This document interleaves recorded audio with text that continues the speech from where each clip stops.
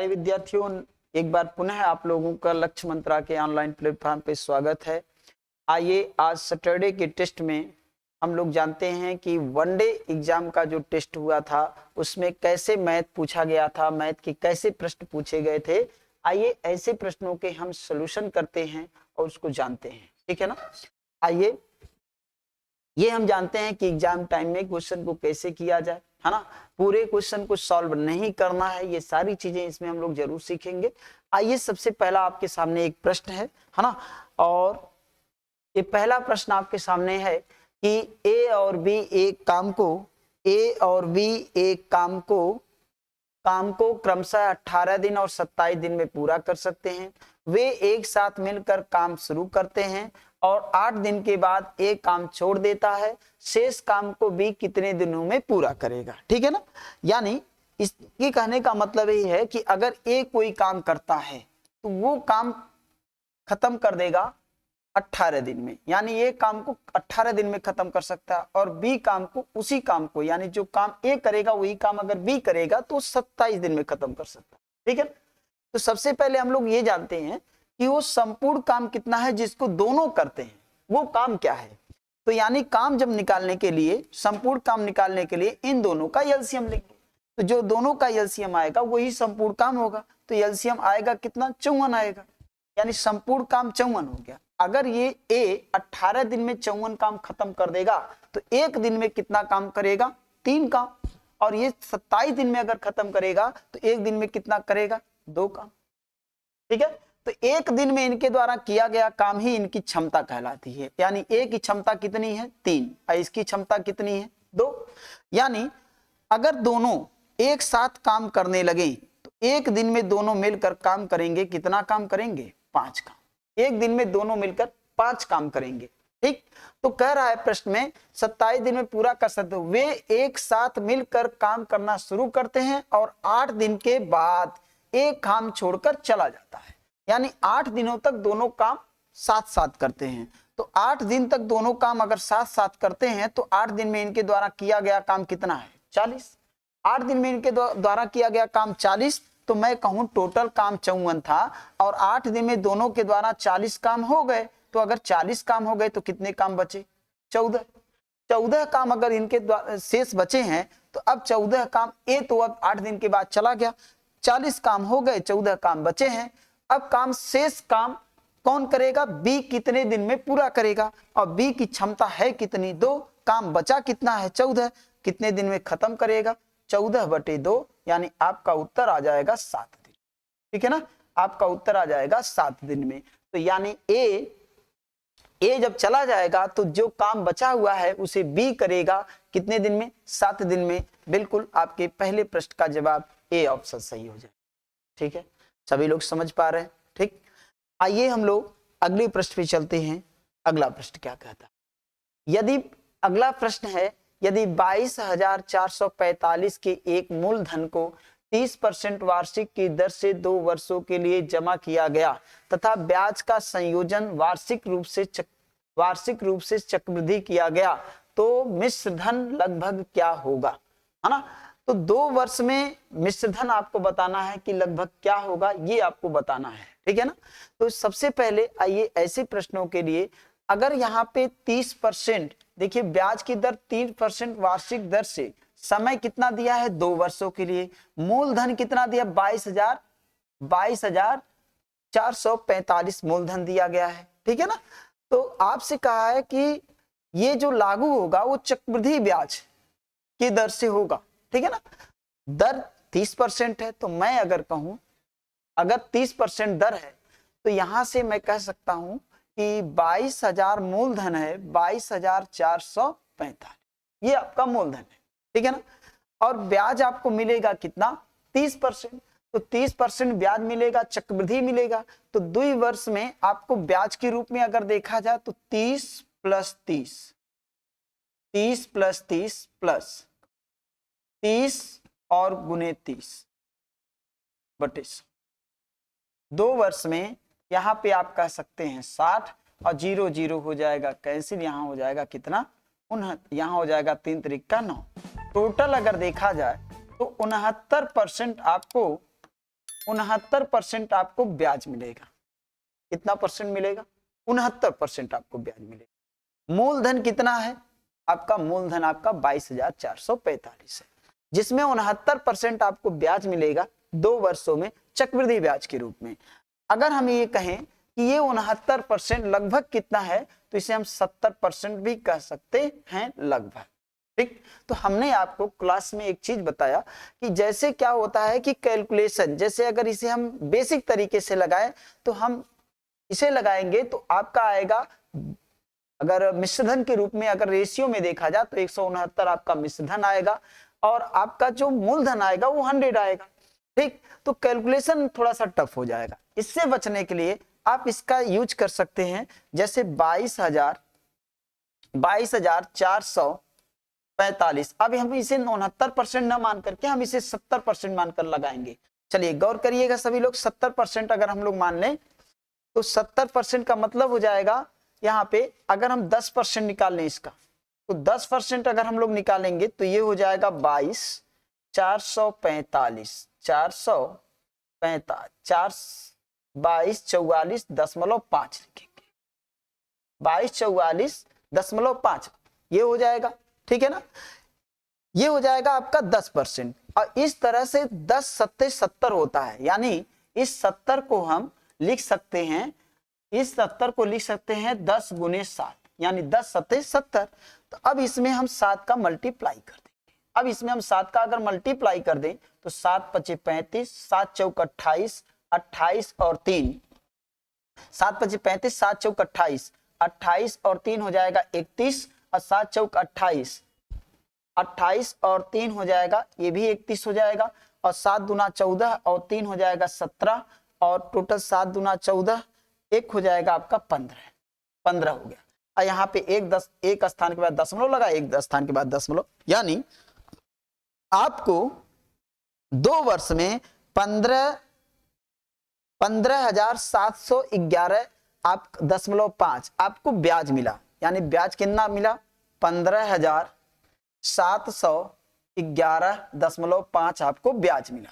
तो 0.5, 5 1 6, 4 1 5, 7 4 11, 5 2 7, 5 2 7, 1 8, और ये हो जाएगा 8। इसके बाद 2 1 3, तो 2 1 3 और 1 2 1 3, ठीक है, 38,156.5, 38,156.5 आपका टोटल ब्याज हो गया। तो 38 यहां पे देखा जाए तो 5 2 7 1 8, 38 और 500, ये 38 किसी ऑप्शन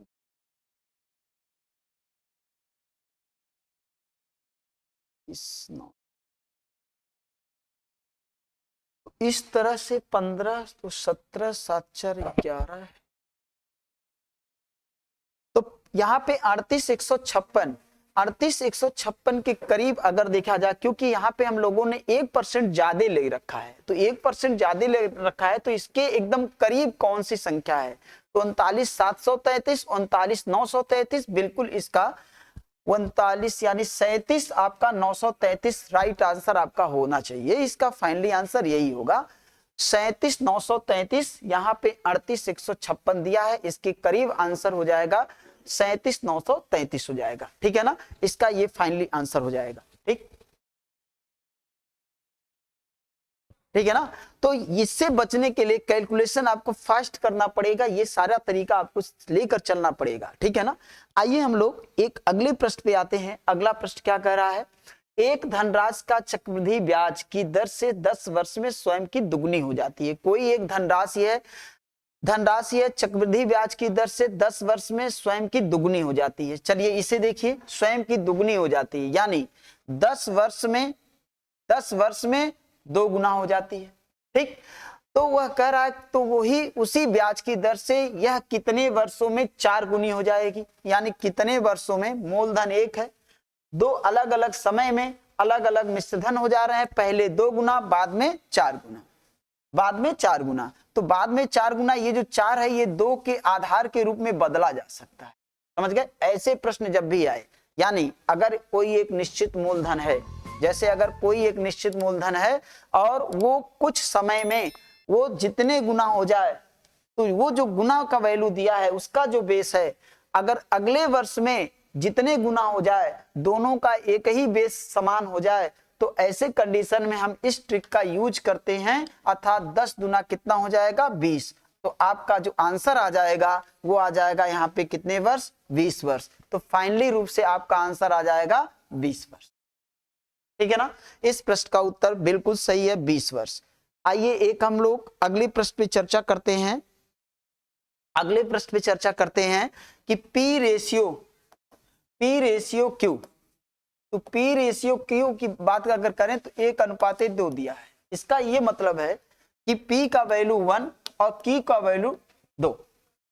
तो अब हमें क्या करना है, आपके सामने एक समीकरण रखा हुआ है कि 2p + 3q अपान 4p + 5q, यानी कि p जहां है वहां पे आप p का मान और जहां q है वहां पे q का मान रख देंगे, तो 2 गुने 1 और प्लस यहाँ पे हो जाएगा 3 गुने, और q का मान है 2 और बटे हो जाएगा आपका 4 गुने p का मान कितना हो जाएगा, p का मान 1 और यहाँ पे 5 गुने q का मान 2।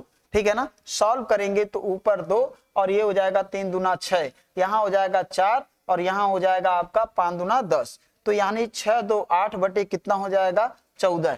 टोटल सॉल्व करेंगे 2 से तो 4 बार और 2 से करेंगे तो 7 बार, फाइनली रूप से 4/7 आपका फाइनल आंसर है इसका, यानी कि इसका आंसर हो जाएगा सी ऑप्शन। ठीक है ना, इसका आंसर आपका सी ऑप्शन हो जाएगा। ये आपको बहुत, यानी अभी तक के प्रश्नों में सबसे इजी प्रश्न रहा। ठीक, आइए एक अगले प्रश्न पे चलते हैं हम लोग। एक अगला प्रश्न आपके सामने है, बहुत अच्छा प्रश्न है। आइए देखिए ये क्या कह रहा है। ठीक है ना, ए बी और सी एक बिंदु से प्रारंभ करके क्रमशः 3 मीटर पर सेकंड, 5 मीटर पर सेकंड और 6 मीटर पर सेकंड की चाल से एक ही समय पर 900 मीटर लंबाई वाले एक वृत्ताकार ट्रैक के परितः दौड़ना शुरू करते हैं। ए और बी एक ही दिशा में दौड़ते हैं, जबकि सी उन दोनों की विपरीत दिशा में दौड़ता है। वे पहली बार कितने समय बाद मिलेंगे? ठीक है ना, ये प्रश्न देखिए, यानी कि पहले ये एलसीएम से रिलेटेड प्रश्न है। पहले एलसीएम में ये आता था कि सभी लोग एक ही डायरेक्शन में दौड़ रहे हैं और एक साथ दौड़ रहे हैं, तो कितने समय बाद एक साथ मिलेंगे, ऐसा प्रश्न आता था। लेकिन ये प्रश्न थोड़ा सा उससे डिफरेंट है, थोड़ा सा, लेकिन कॉन्सेप्ट वही लगना है। यहाँ पे देखिए, जैसे इसके कहने का मतलब ये है कि एक ट्रैक है, इस पूरे ट्रैक की जो लंबाई, यानी ये वृत्ताकार ट्रैक है, इसकी पूरी लंबाई है 900 मीटर। चलिए ठीक है, 900 मीटर है। इसमें ए है और बी है ना, इसमें ए है और बी है। तो इसमें ए और बी क्या करते हैं, अगर ए बी और सी तीनों अगर इस ट्रैक को पार अगर दौड़ते हैं इस ट्रैक पे, तो 900 मीटर की दूरी तय करते हैं 3 मीटर पर सेकंड की चाल से, 5 मीटर पर सेकंड की चाल से और 6 मीटर पर सेकंड की चाल से ये दौड़ते हैं। ठीक, ये जब दौड़ते हैं तो यानी क्या होता है, लेकिन कैसे दौड़ते हैं आइए देखिए क्या कह रहे हैं, वृत्ताकार ट्रैक के परितः दौड़ना शुरू करते हैं। लेकिन कैसे दौड़ते हैं, ए और बी एक ही दिशा में दौड़ते हैं। ए और बी जो है, यानी ए और बी, ए क्या करता है, ए भी दौड़ता है, बी भी दौड़ता है, ये एक ही डायरेक्शन में दौड़ते हैं।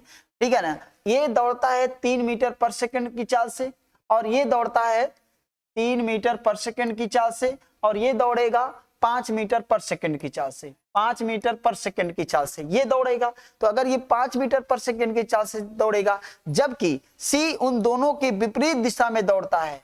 सी क्या करता है, इन दोनों के विपरीत दिशा में दौड़ता है। ठीक है, सी इन दोनों के विपरीत दिशा में सी दौड़ता है, यानी ये लोग इस डायरेक्शन में आते हैं तो ये ऐसे सीधा उल्टा आता है। तो ये दौड़ता है, इसकी जो चाल होगी वो 6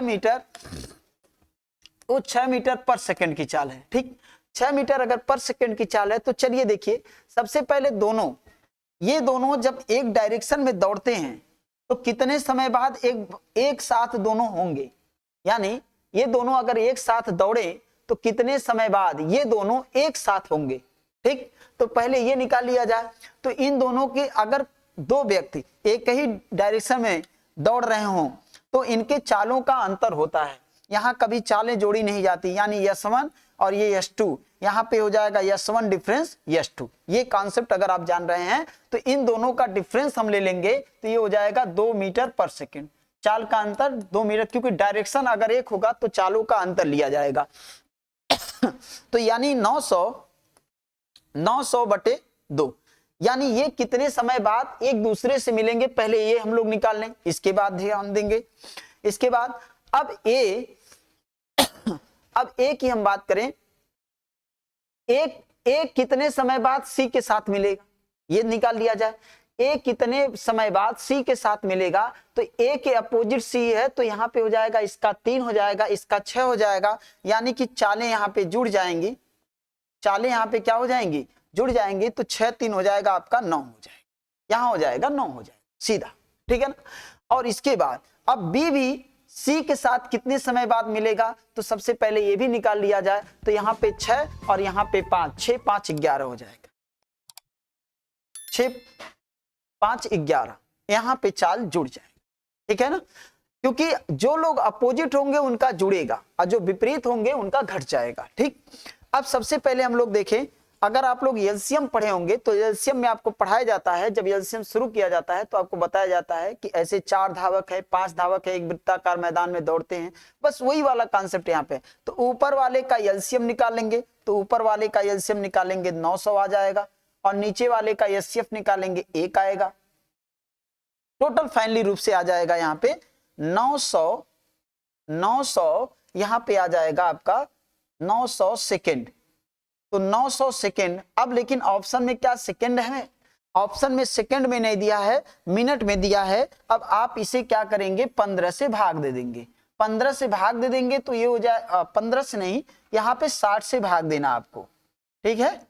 यहाँ पे जो भाग देना है आपको वो 60 से देना है, क्योंकि 60 से इसलिए क्योंकि इसे आपको मिनट में बदलना है, तो इसको आप क्या करेंगे 60 से भाग दे देंगे, ठीक है ना। 60 से अगर भाग देंगे तो 0 0 कैंसिल, 6 से डिवाइड करेंगे 15, तो आपका फाइनली रूप से 15 मिनट आपका आंसर आ जाएगा, ठीक है ना। एक बार पुनः इस प्रश्न को हम फिर से समझा देते हैं कि 3 धावक हैं, तीनों धावक एक वृत्ताकार मैदान में जब दौड़ते हैं तो उनकी चाल 3 मीटर पर सेकंड, 5 मीटर पर सेकंड, 6 मीटर पर सेकंड होती है, जिसमें से जब ये लोग दौड़ते हैं तो कैसे दौड़ते हैं, ए और बी एक ही डायरेक्शन में दौड़ रहे हैं, जबकि सी इनसे अपोजिट डायरेक्शन में दौड़ रहा है। तो अगर इनसे अपोजिट डायरेक्शन में दौड़ेगा ना, तो सबसे पहले हम लोगों को ये निकालना है कि ए और बी अगर एक डायरेक्शन में दौड़ रहे हैं तो ये कितने समय बाद एक दूसरे से मिल सकते हैं। तो यहाँ पे जब 2 व्यक्ति एक ही डायरेक्शन में चल रहे हों तो उनके चालों का अंतर होता है, तो इनके चालों का अंतर निकालेंगे, कितना आ जाएगा 2 मीटर पर सेकेंड, ठीक है। इस 2 मीटर पर सेकेंड की चाल से हम लोग कितनी दूरी तय करेंगे, 900 मीटर की दूरी, क्योंकि पूरे ट्रैक की लंबाई कितनी है 900 है। इसके बाद अब ए एक बार सी के साथ मिलेगा और बी भी सी के साथ मिलेगा, लेकिन ए सी से कितनी समय बाद मिलेगा ये निकाल लिया जाए। तो ए जो है सी के साथ कितने समय बाद मिलेगा, तो यानी कि अगर देखा जाए तो अगर 2 व्यक्ति एक दूसरे के विपरीत डायरेक्शन में हो तो दोनों के चालों का योग होता है। तो यहाँ पे ए का चाल 3 और सी का चाल 6 और दोनों एक दूसरे के हैं विपरीत, तो चालों का योग हो जाएगा 6 3 9, ये हो गया। इसके बाद बी का चाल 5 और सी का चाल यहाँ पे 6 और 6 5 यहाँ हो जाएगा 11। अब यहाँ पे एलसीएम वाले कॉन्सेप्ट से लगाएंगे कि ऊपर वाले का एलसीएम नीचे वाले का एचसीएफ, टोटल फाइनली रूप से आ जाएगा 900 मीटर अर्थात 15 मीटर, ठीक है ना। इसका आंसर फाइनली आपका हो जाएगा बी ऑप्शन, ठीक है। समझ पा रहे होंगे इस प्रश्न को, बहुत ही अच्छा प्रश्न है। चलिए अगला देखें। अगला है, एक व्यक्ति अपनी मासिक आय का 31% और 9% क्रमशः भोजन और कपड़ों पर खर्च करता है, ठीक है, बहुत अच्छा कर रहा है वो, है ना। 31% खर्चा कर रहा है और 9% खर्चा कर रहा है, इस तरह से वो 40% खर्चा कर चुका। इस तरह से वो 40% दोनों मदों में 40% यानी कि खर्चा कर चुका। इसके बाद करा शेष का 1/3। अब बताइए 100% उसका इनकम है, तो 100% में से अगर 40 खर्चा कर दिया तो उसका बचत कितना, तो बचत हुआ कितना, बचत कहिए या शेष कहिए, ध्यान दीजिएगा। शेष कितना बचा 60%, 60% का यहाँ पे देखिएगा यही कर रहा, शेष का 1/3, तो 1/3 क्या कर रहा वो, शेष का 1/3 बच्चों की शिक्षा पर, तो 3 से डिवाइड करेंगे 20%, यानी 20% बच्चों की किस पे, शिक्षा पर, ठीक है ना। 20% बच्चों की शिक्षा पर खर्च करता है, ठीक। इसके बाद अब अगर देखा जाए इन तीनों मदों में मिलाकर टोटल उसने कितना खर्चा कर दिया, 60%। टोटल कितना खर्चा कर दिया, 60%। टोटल उसने 60% अगर खर्चा कर दिया अभी तक, और कह रहा है कि वह प्रति माह 4500 रुपए बचाता है, जो भोजन, कपड़े और बच्चों की शिक्षा पर खर्च करने के बाद शेष राशि के आधे के बराबर है। सबसे पहले ध्यान दीजिएगा, बहुत इंपॉर्टेंट क्वेश्चन है और इसने भाषा में फंसाया है, बाकी ये क्वेश्चन में कुछ दम नहीं है। जैसे इसने कहा कि एक व्यक्ति अपने मासिक आय का 31% और 9% भोजन पर और कपड़ों पर खर्चा कर दिया। चलिए 31%, 9% खर्चा किया, टोटल खर्चा किया 40%। क्लियर है। इसके बाद शेष उसके पास कितना बचा, हम इसे बचत नहीं कर रहे हैं, हम इसे कर रहे हैं कि कितना उसके पास शेष बचा। चलिए उसके पास जो शेष बचा, इसके बाद 60% बचा। ठीक, अब कह रहा है आगे जो शेष का, यानी कि इतने खर्चे के बाद जो शेष का एक तिहाई बच्चों की शिक्षा पर खर्च करता है। तो शेष का यानी 60% का एक तिहाई यानी कितना खर्चा कर दिया, 20 खर्चा कर दिया, 20 ये खर्चा कर दिया। ठीक है ना, 20% यहाँ खर्चा कर दिया। इसके बाद कह रहा है वह अपनी प्रतिमाह शिक्षा पर खर्च करता हुआ अपनी प्रतिमाह 4500 रुपए बचाता है, जो भोजन, कपड़े और बच्चों की शिक्षा पर खर्च करने के बाद शेष राशि। अब ये बताइए तीनों मदों पे मिलाकर अभी तक 100% वो क्या कर रहा था, 100% कमा रहा था। तीनों यानी कि भोजन पर, कपड़े पर 40%, शिक्षा पर 20%, टोटल खर्चा कर दिया 60%। 60% अगर खर्चा कर दिया तब उसके पास कितना बचा, 40%। 40% और जितना बचा 40% का आधा, ये कह रहा है शेष राशि के आधे के बराबर है। यानी ये जो 4500 रुपए बचाता है, ये जो 4500 रुपए बचाता है वो इसका क्या है, इस जो शेष राशि यानी 40% बची हुई है इसका आधा है। कितना, 4500 यानी ये हो जाएगा 20। अब हम कह सकते हैं कि 20% के बराबर आपका हो जाएगा 4500। तो 20% के बराबर अगर 4500 हो जाएगा तो आपसे क्या पूछ रखा है, वो उसकी मासिक आय कितनी है। तो भी 20% का वैल्यू 4500, तो उसकी आय है 100%। अगर 100% है तो 20 पंजे 100 हो जाएगा। इसी तरह से इसमें आप 5 का गुणा कर देंगे, आपका उत्तर 22,500 फाइनली आंसर। यानी इस तरह से आपका उत्तर जो होगा वो हो जाएगा कितना, 22,500, सी ऑप्शन। ठीक है, बहुत आसान सा प्रश्न था, इसमें कोई दम नहीं था। यहाँ पे हम ये 2 से काटे हैं, 20% के बराबर होगा। 20% के बराबर 4500, तो यानी कि 100% उसकी इनकम है। तो 100 के बराबर कितना, क्योंकि 20 पंजे 100, 5 बार गुना करने पे 100 मिल जाएगा। तो इसी तरह से हम इसमें 5 का गुना करके 22,500 प्राप्त कर लेंगे। अब आइए हम लोग चलते हैं एक अगले प्रश्न पे। अगला प्रश्न देखिए क्या दिया हुआ है। एक कुर्सी का अंकित मूल्य 5000 था। ठीक है, 5000 था। दुकानदार इसे 20% की छूट पर दे रहा था। 5000 कुर्सी का मूल्य था, दुकानदार इसे 20% की छूट पर दे रहा था, लेकिन आगे सौदेबाजी करने पर वह क्रमागत छूट देने पर सहमत हुआ और अंत में कुर्सी को 3600 रुपए में बेच दिया। ठीक, बेच दिया। तो दुकानदार द्वारा दी जाने वाली दूसरी छूट क्या है ना। ये क्लास में अभी छूट किसी बैच में खत्म हुआ है। ठीक है, और छूट आप पढ़ चुके हैं, ऐसा प्रश्न भी आपको पढ़ाया गया है, सेम वही क्वेश्चन आ गया है। अब इसमें क्या करना है, सबसे पहले अगर वो पहले क्या करता था, यशवी फर्स्ट ऐसा प्रश्न आता रहता है। तो सबसे पहले अगर वो 20% का छूट दिया है, 5000 पर 20% अगर छूट दिया है, तो यानी कि वो 80% पे बेच दिया है। तो 80% पे अगर बेच दिया है तो यानी ये 4000 में वस्तु बेचा।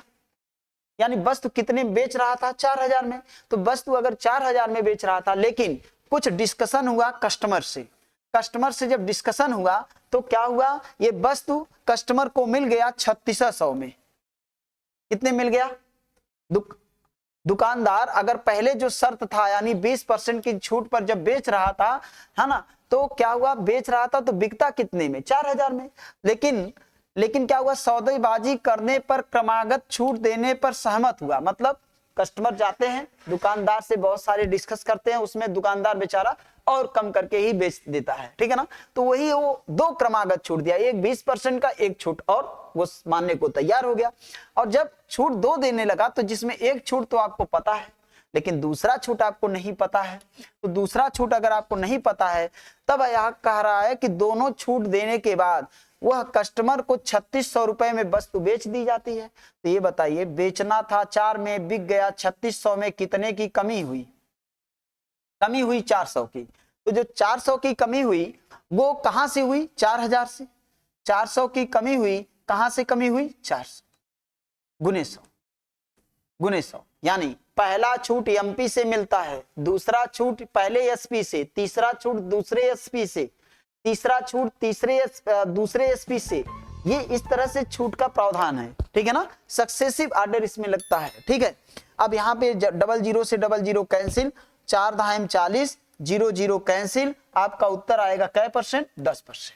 आपका उत्तर आएगा, यानी दूसरे छूट का जो वैल्यू आएगा वो आ जाएगा 10%। बहुत आसान प्रश्न, बहुत मजेदार प्रश्न, ठीक है। ये सब प्रश्न रेगुलर बने होते हैं, ठीक है ना। आइए इसी तरह से हम चलते हैं एक अगले प्रश्न पे। अगला प्रश्न कह रहा है कि दो क्रमिक छूट प्राप्त करने के बाद, दो क्रमिक छूट प्राप्त करने के बाद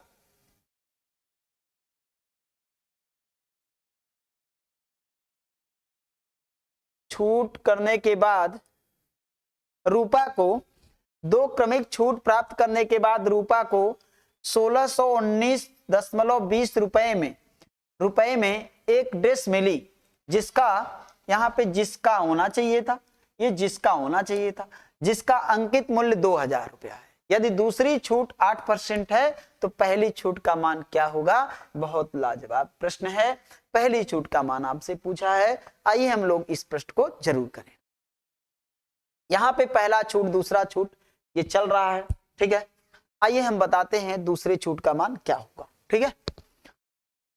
अभी इसके पहले वाले प्रश्न में अगर हम लोग चले, इसके पहले वाले प्रश्न में चले तो इसको तो हम ऐसे भी तो लगा सकते थे, ऐसे भी तो लगा सकते थे। ध्यान दीजिएगा सभी लोग। मान लिया एमपी एक्स है, तो लेकिन एमपी तो ऑलरेडी दिया है।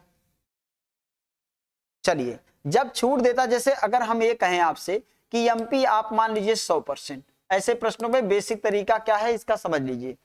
100% अगर हमें छूट दे रहा है तो चलिए 100% छूट है, तो 100% पे अगर हमें मान लीजिए 100% एमपी है भाई, 100% एमपी है। अगर यहाँ पे डी% दिया है 20%, तो हम कहेंगे कि एसपी जो हो जाएगा वो 100 - 20 यानी 80% आपका हो जाएगा, यानी जो एसपी होगा वो 80% हो जाएगा।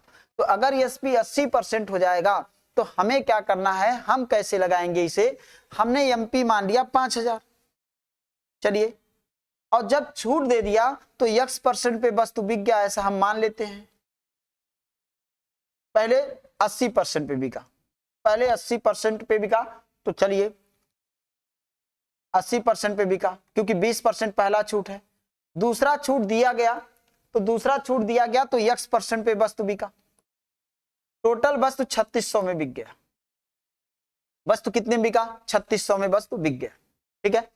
अब यहां पे हम लोग सॉल्व करेंगे 20 चौक 80, 20 पंजे 100, और 5 से डिवाइड करेंगे 1000, 1000 हो जाए, ठीक है ना। यहाँ पे 2 0 से 2 0 खत्म कर देंगे, और यहां से 1 0 से 1 0 खत्म कर देंगे, ठीक है। और इसे सॉल्व 4 से डिवाइड करेंगे, 4 9 36 हो जाएगा, यानी x का जो वैल्यू आएगा वो आ जाएगा कितना? 90 है। यानी जो वस्तु बिका वो 90% पे बिका, यानी x का जो वैल्यू आएगा वो 90% है। तो अगर x का वैल्यू 90% आएगा, यानी 100% था, 100% में से 90% पे अगर बिका तो 90% बिका, यानी 10% का क्या मिला? छूट। तो यहाँ का आंसर सीधा 10% आ गया। बिल्कुल एकदम बेसिक प्रश्न है ना। पहला छूट, दूसरा छूट, दोनों छूट, तीसरा छूट, ऐसे पूछता रहता है। दूसरे 3 छूट देगा, हो सकता है दूसरे नंबर का छूट पूछ ले, इस तरह से प्रश्न। यानी सक्सेसिव ऑर्डर का इसमें कंडीशन तो है, लेकिन हम बेसिक से अगर समझे तो इस तरह से इस प्रश्न को हम लगा सकते हैं। आइए ठीक है, एक अगला प्रश्न आपके सामने इसी तरह से उपलब्ध है। जैसे ये दिया है यहाँ पे एमपी मूल्य जिसका अंकित मूल्य 2000 है, इसको समझिएगा, अंकित मूल्य 2000 है और रूपा को एक ड्रेस मिली जिसका अंकित मूल्य 2000 है। यदि दूसरी छूट 8% है तो पहली छूट कितनी है? तो पहले मान लिया x% पे वस्तु बिका, छूट कितने का मिला मुझे नहीं पता, लेकिन जो भी है वो x% पे वस्तु बिक गया। और दूसरा जब 8% का छूट दिया तो 92% पे वस्तु बिका, ऐसा मान लेते हैं। तो 92% पे अगर वस्तु बिका, क्योंकि दूसरा छूट 8% है, तो पहला छूट मान लेते हैं कि पता नहीं कितना है, हमें नहीं पता, लेकिन x जैसे 8% का उसने छूट दिया तो 92% में बिका, उसी तरह से जितने का वहां पे पहला छूट दिया गया, छूट देने के बाद x% पे वस्तु बिक गया, ऐसा हम मान लेते हैं। कितने में बिका? तो 1619.2 पे बिका, ऐसा हम मान लेते हैं। ठीक है, अगर इस पे बिका, अब हमें पहले छूट का वैल्यू निकालना है। तो यहाँ पे देखिए, सबसे पहले अगर इसे सॉल्व किया जाए तो यहाँ पे हम कह सकते हैं 00 से 00 कैंसिल कर दिया जाए और 20 पंजे 100, है ना, 20 पंजे 100 कर दिया, ठीक है ना। तो यक्स का जो वैल्यू आ जाएगा वो आएगा आपका 1619.2 गुने 5 और बटे 92 हो जाएगा। ठीक है, अब इसे आप 5 से करेंगे तो 5 दूना 10, 0 हो जाएगा, 5 नवा 45, 45 से 46 हो जाएगा और 5 एकम 5 4 9 हो जाएगा और 5 एकम 5 4 9, 5 36 0 हो जाएगा, 5 एकम 5 3 8 हो जाएगा। ठीक है ना, 8 हो जाएगा और बटे आपका हो जाएगा 92। यहां जैसे 5 दूना 10, यहाँ पे दशमलव लगा दिया, टोटल 8096। अब यक्स का वैल्यू अगर इसे हम 92 से डिवाइड कर दें तो 92 से अगर इसे हम डिवाइड करें तो ये जाएगा आपका, अगर 92 से डिवाइड कर दें तो 92 तो 920 हो जाएगा 10 बार में। तो हम ये कह सकते हैं कि हम इसे अगर 9 बार में लेके जाएं तो 920, चलिए 9 बार में ये जा सकता है क्योंकि 920 है तो 9 बार में जाएगा, चलिए 9 बार में, तो 9 बार में जाएगा तो 810, 2 9 18, है ना, तो 800 हो जाएगा 28, 828। तो 828 अगर हम लोग देखें तो 8 ही बार जाएगा, ज्यादा हो जाएगा, 9 बार नहीं जा सकता। तो हम लोग यहाँ पे लेके चलते हैं कि 8 बार, 720, 9 8 72, 720 और 2 8 16, 36, तो 36 उधर और 36 यानी 64 बचेगा, तो 64 और 9 हो जाएगा आपका 73। तो लगभग ये आपका 8 बार यानी 88, यानी यक्स का जो वैल्यू आएगा वो 88% है। ये एकदम बेसिक चीजें हैं, प्रश्न को बिल्कुल सॉर्ट आउट किया जा सकता है, नो डाउट है। 88% आपका यहाँ पे फाइनली रूप से आ गया। 88% अगर आ गया तो हमारा एमपी था कितना? एमपी था 100%। अगर 100% था तो 100% से कितने परसेंट पे बिका? 88 से, तो छूट मिला कितने का? 12% का। बिल्कुल पहला ऑप्शन सही हो जाएगा, पहला ऑप्शन आपका ये सही हो जाएगा। ठीक है ना, ऐसे हम प्रश्नों को इस तरह से हम लगा सकते हैं, नो डाउट है। ठीक है ना, एकदम बेसिक से कैलकुलेशन फर्स्ट करेंगे, यक्स का वैल्यू आ जाएगा, ऐसा परसेंटेज पूछा जाए। ठीक है ना, आइए हम लोग चलते हैं एक अगले प्रश्न पे। अगला प्रश्न क्या कर रहा है उसको देखा जाए। ठीक है ना, अगला कर रहा है कि दो संख्याओं के बीच का अंतर 1086 है। 1086 जब हम बड़ी संख्या को छोटी संख्या से विभाजित करते हैं तो हमें भागफल के रूप में 6 और शेषफल के रूप में 6 प्राप्त होता है। यानी दो चीजें हैं यहाँ, एक कोई संख्या है, दो संख्याएं हैं, हम यहाँ मान लेते हैं एक संख्या x है, दूसरी y है। यहाँ पे ये मान लिया जाए कि y बड़ा है, x छोटा है, ऐसा मान लेते हैं। तो y अगर बड़ा है, x छोटा है, तो y में हम x से ही भाग देंगे, क्योंकि जो छोटा होता है उससे भाग दिया जाता है। तो भागफल भी 6 है और शेषफल भी 6 है, इस बात का ध्यान रखेंगे, भागफल भी 6 और शेषफल भी 6।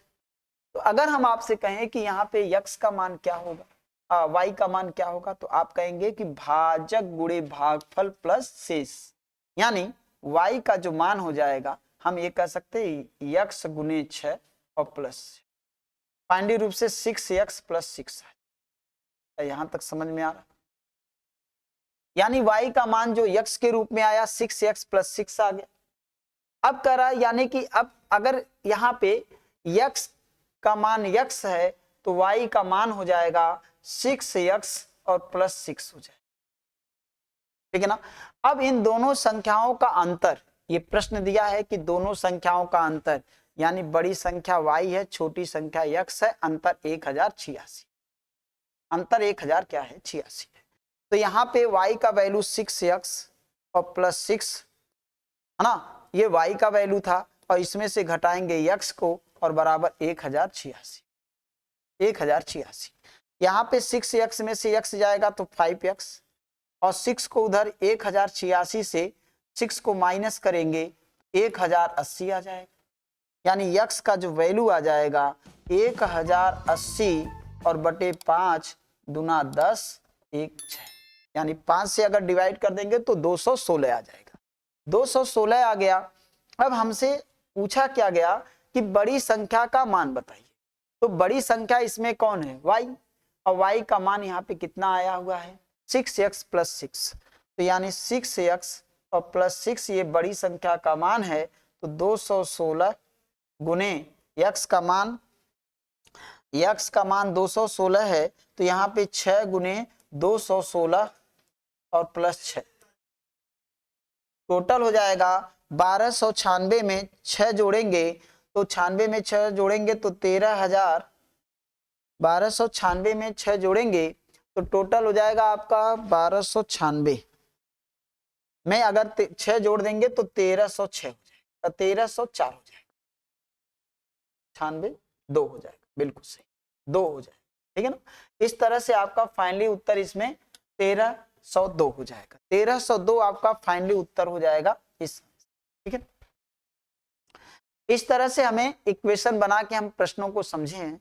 आइए इस प्रश्न को अगर हमें जल्दी करना है तो कैसे करना है, आइए बताते हैं कि जल्दी करना है तो कैसे किया जाए, इसमें क्या क्या सोचा जाए, कैसे सोचना है हमें। सबसे पहले हमें ये सोचना है कि उसने ये कहा, सबसे पहले उसने ये कहा, ध्यान दीजिएगा इसमें लॉजिक क्या है कि इसने ये कहा कि जैसे अगर हम 6 भागफल आता है और शेष भी 6 आता है, यानी अगर शेष को हटा दिया जाए भाज्य में से, तो शेष को अगर भाज्य में से हम हटा देंगे तो यहाँ पे ये बताइए तो भाजक भी संख्या को, बड़ी संख्या को डिवाइड कर सकता है और भागफल भी इस संख्या को डिवाइड कर सकता है जब हम शेष हटा देंगे तब, ठीक। तो हम ये देख रहे हैं कि 6 से डिवाइड होना है, तो अगर इसमें से हम लोग 1306 में से अगर हम लोग 1302 में से अगर हम लोग 6 घटा दें तो 1296 आ जाएगा और 1296 6 से डिवाइड हो जाएगा। लेकिन अगर इसमें से हम 6 हटा देते हैं तो 1196 आ जाएगा और 1196 जो है वो 6 से डिवाइड नहीं होगा, क्योंकि 9 6 15 2 17 अंकों का योग, क्योंकि 6 में 3 का नियम है और 3 का नियम ये फॉलो नहीं करेगा। और इसी तरह से अगर इसमें से 6 घटा देंगे, 6 इसमें से घटा देंगे तो 1396 आएगा, 1396 आएगा और 1396 भी 3 के नियम को फॉलो नहीं करेगा, इसलिए ये भी ऑप्शन गलत। इस तरह से अगर इसमें से हटा देंगे तो 6 इसमें से अगर हटा देंगे तो 1496 आएगा, तो 1496 भी 3 का नियम फॉलो नहीं करेगा। इस तरह से तीनों ऑप्शन कट गए, हमें इस प्रश्न को लगाना ही नहीं था, है ना। इस प्रश्न को हम बी ऑप्शन से बिल्कुल कर सकते थे, लेकिन इसके लिए क्या है कि आपका मेन कॉन्सेप्ट है कि आपका ये क्लियर होना चाहिए, बेसिक क्लियर है तो आप प्रश्न को सॉर्ट आउट कर सकते विदाउट सॉल्यूशन के, ठीक है ना। आइए हम लोग समझते हैं, एक अगले प्रश्न पे चलें। अगला प्रश्न क्या कर रहा है, आइए उसको देखें, ठीक है ना। अगला कह रहा है कि 5 लड़कों का वजन 22.45 है, 24.150 है, इसके बाद 24.720 है, इसके बाद 28.530 है, इसके बाद इतना है, ठीक है। सभी 5 लड़कों का औसत वजन बताइए। तो प्रत्येक लड़के का वजन दिया हुआ है, तो 5 का जोड़ लेते हैं वजन, यानी पहले का 22.450 है, दूसरे का कितना है, दूसरे का 24.150 है, इसके बाद अगले का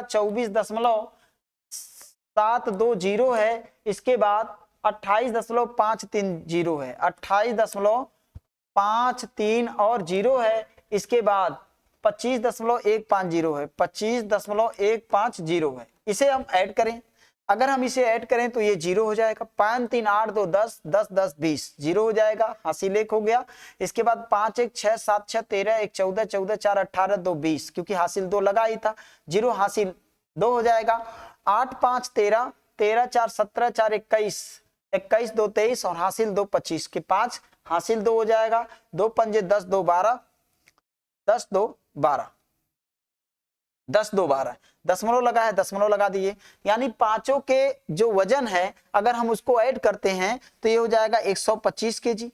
125 केजी। अब 5 लोग हैं, उनका योग 125, तो पांचों से अगर हम 5 हैं तो 5 से भाग दे देंगे तो उनका औसत आ जाएगा कितना, फाइनली रूप से 25। आपका इसका आंसर सही है, तो यानी इसका आंसर फाइनली रूप से सी ऑप्शन सही हो जाएगा। समझ गए, इसका आंसर सी ऑप्शन सही हो जाएगा। ठीक, आइए हम लोग चलते हैं एक अगले पृष्ठ पे। अगला पृष्ठ कह रहा है एक महिला क्रय मूल्य पर 20% लाभ पर चीनी बेचने का दावा करती है और वास्तविक माप से 30% कम वजन का उपयोग करती है, उसका लाभ प्रतिशत बताइए। ठीक है ना। इस प्रश्न को देखिए, अगर ये प्रश्न ये कह रहा है कि 20% लाभ पर चीनी बेचने का दावा करती है और वास्तविक माप से 30% कम वजन का उपयोग करती है। क्लास में आपको कॉन्सेप्ट बताया जाता है कि 20% पहले कोई भी वैल्यू अपने आप में 100 होता है, 20% लाभ पर बेचती है तो 120, और 30% कम वाट का प्रयोग करती है तो 30% कम वाट का प्रयोग किए जाने वाला वाट कितना हो गया, 70 हो गया।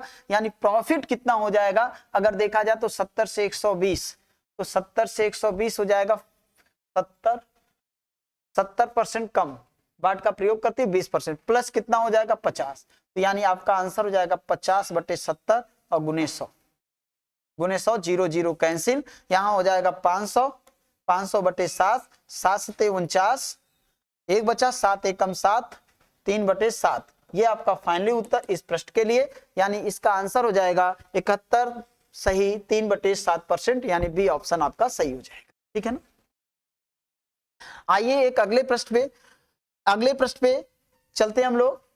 कह रहा है कि 5 सेंटीमीटर त्रिज्या वाले शीशे के अर्धगोले को 75 सेंटीमीटर ऊंचाई वाले एक लंब वृत्तीय शंकु में ढाला गया। यदि ढाला गया और यदि शंकु तथा अर्धगोले का आयतन बराबर है तो शंकु के आधार की त्रिज्या कितनी होगी, ये आपसे पूछ रहा है। बहुत लाजवाब प्रश्न है ना, मेंसुरेशन का प्रश्न है। अभी हम लोग मेंसुरेशन में 2D पढ़ रहे हैं एक्स्ट्रा क्लास में, और फिर 3D पढ़ेंगे, तब ये प्रश्न वहां से आपको बनना शुरू हो जाएगा आपसे। ठीक है ना। आइए कह रहा है कि 5 सेंटीमीटर त्रिज्या वाले शीशे के एक अर्धगोले को 75 सेंटीमीटर ऊंचाई वाले एक लंब वृत्तीय शंकु में ढाला गया। तो सबसे पहले अर्धगोले का जो आयतन होता है, क्योंकि कहा है, उसने खुद कहा है कि अर्धगोले का आयतन और शंकु का आयतन दोनों समान है। यदि शंकु तथा अर्धगोले का आयतन समान है यानी बराबर है, तो शंकु के आधार की त्रिज्या कितनी होगी, ये आपसे पूछा है। तो अर्धगोले का अगर हम कहें आयतन क्या होता है तो 2/3 पाई आर क्यूब होता है। ठीक है ना। इसके बाद बराबर, क्योंकि दोनों का आयतन समान हो जाएगा, और इसका होता है 1/3 पाई आर स्क्वायर इंटू एच होता है। ये होता है शंकु का आयतन। शंकु के आयतन का फार्मूला होता है 1/3 पाई आर स्क्वायर इंटू एच, और अर्धगोले का होता है 2/3 पाई आर क्यूब, है ना, ये होता है। लेकिन यहाँ पे एक बात का ध्यान रखेंगे, कौन कौन कॉमन है उसको पहले खत्म करना है। पाई दोनों में कॉमन है, खत्म कर दीजिए। 3 नीचे वाला, यहां भी 3 नीचे है, कैंसिल कर दीजिए। अब यहाँ पे 2 अभी मिला नहीं है, अब 2 गुने आर का वैल्यू यहाँ पे, आर का यानी त्रिज्या का जो मान दिया है, यानी आर का जो मान दिया है यहाँ पे R1 बनाते हैं, यहाँ पे R2, यानी R1 का जो मान दिया है वो 5 दिया है। ठीक है ना। और यहाँ पे उसका जो वैल्यू दिया है वो H1 का वैल्यू, H1 का वैल्यू यहाँ पे दिया है, यानी इसमें H लगेगा, इसमें H लगता नहीं है, तो H1 कहें या H कह दे, कोई दिक्कत इससे नहीं है फिलहाल। चलिए देखिए, 2 गुने R1 का वैल्यू 5 है तो 5 का क्यूब करिए, बराबर ये हो जाएगा 1 गुने आर स्क्वायर, हमें नहीं पता है, आर स्क्वायर लिखिएगा, है ना, और ये H का वैल्यू है 75 हो जाएगा। अब यहाँ पे अगर हम लोग सॉल्व करें तो 2 गुने, इसे लिख सकते हैं 125 और ये हो जाएगा आर स्क्वायर गुने 75, ठीक है ना। 25 से काटेंगे 5 बार में कट जाएगा, 25 से 5 बार में, 25 से 3 बार में, और 5 दूना 10, यानी आर स्क्वायर का जो वैल्यू आएगा वो आ जाएगा 5 दूना 10 और 10 बटे आ जाएगा कितना, 10 बटे आ जाएगा यहाँ पे 3, 10 बटे 3 आ जाएगा। अब 10 बटे 3 अगर आ जाएगा तो इसका जो मान आएगा 3.33 आएगा, ऐसा कुछ आएगा, 3.33 आएगा। अब देखिए यहाँ पे जो वैल्यू आपके सामने है 1.8 सेंटीमीटर, यहाँ पे आर स्क्वायर, अब यहाँ पे 3.33 दिया है, हमें आर स्क्वायर का वैल्यू निकालना है, लेकिन देखिए परफेक्ट रूप में एग्जाम में निकाला नहीं जाता है, ठीक है ना, निकटतम के केस में लगाया जाता है। अगर मैं आपसे कहूं कि केवल हम इसे 3 मानेंगे, यहाँ पे केवल इसको हम क्या मानेंगे, 3 मानेंगे, और यदि हम 3 मान लें तो 3 का वर्गमूल होता है 1.73, तो 1.73, तो यानी 1.73, और क्योंकि हमने आगे 0.3 का नहीं लिया है, तो 0.3 का नहीं लिया है, अगर सबको ले लिया जाए तो समथिंग बनेगा इसमें 1.8 इसके सबसे करीबी आंसर हो जाएगा आपका, है ना। तो क्योंकि देखिए 1.733 का ही वर्गमूल आ गया, तो यानी r का जो वैल्यू आ जाएगा यहाँ पे हम कह सकते हैं 1.7, अगर देखा जाए सॉल्व करेंगे तो 8 आ जाएगा, समथिंग आएगा जो इसके करीब है। हम 3 का केवल लिए हैं, तो 3 जो है 1.7, तो 1.7 ये नहीं है, कैंसिल, और ये देखा जाए ये भी 5 नहीं है, 2 नहीं है, कैंसिल। इस तरह से 3 ऑप्शन कैंसिल, एक ही ऑप्शन होगा, क्योंकि अभी हम 3 का आपको वर्गमूल बताए हैं कि 1.73 होता है, लेकिन अभी आपको हम 0.33 का नहीं बताए हैं, अर्थात 73 से ज्यादा होगा। 3 ऑप्शन कट गए, चौथे को चेक नहीं करना है, आपका आंसर हो जाएगा। पूरे कैलकुलेशन नहीं लगाया जाता एग्जाम में, इस बात को आपको देखना जानना पड़ेगा। समथिंग में वैल्यू लिया जाता है, यानी करीबी वैल्यू लिया जाता है, ठीक है। अब चलते हैं हम लोग अगले प्रश्न में। अगला प्रश्न है, ये बहुत अच्छा प्रश्न है। चित्र में दिए गए छायांकित भाग का क्षेत्रफल ज्ञात कीजिए, जहां ACDF एक आयत है, ACDF एक आयत है, ठीक है, जहां पे AC, A और C का जो वैल्यू है, यानी अगर ये कोई आयत है, इसके कहने का मतलब क्या है, थोड़ा सा फिगर यहां देखा जाए, ये एक फिगर है, ये एक आयत है, ठीक है। यहाँ पे AC का वैल्यू यहां से लेकर यहां तक इसका वैल्यू 90 है, ठीक।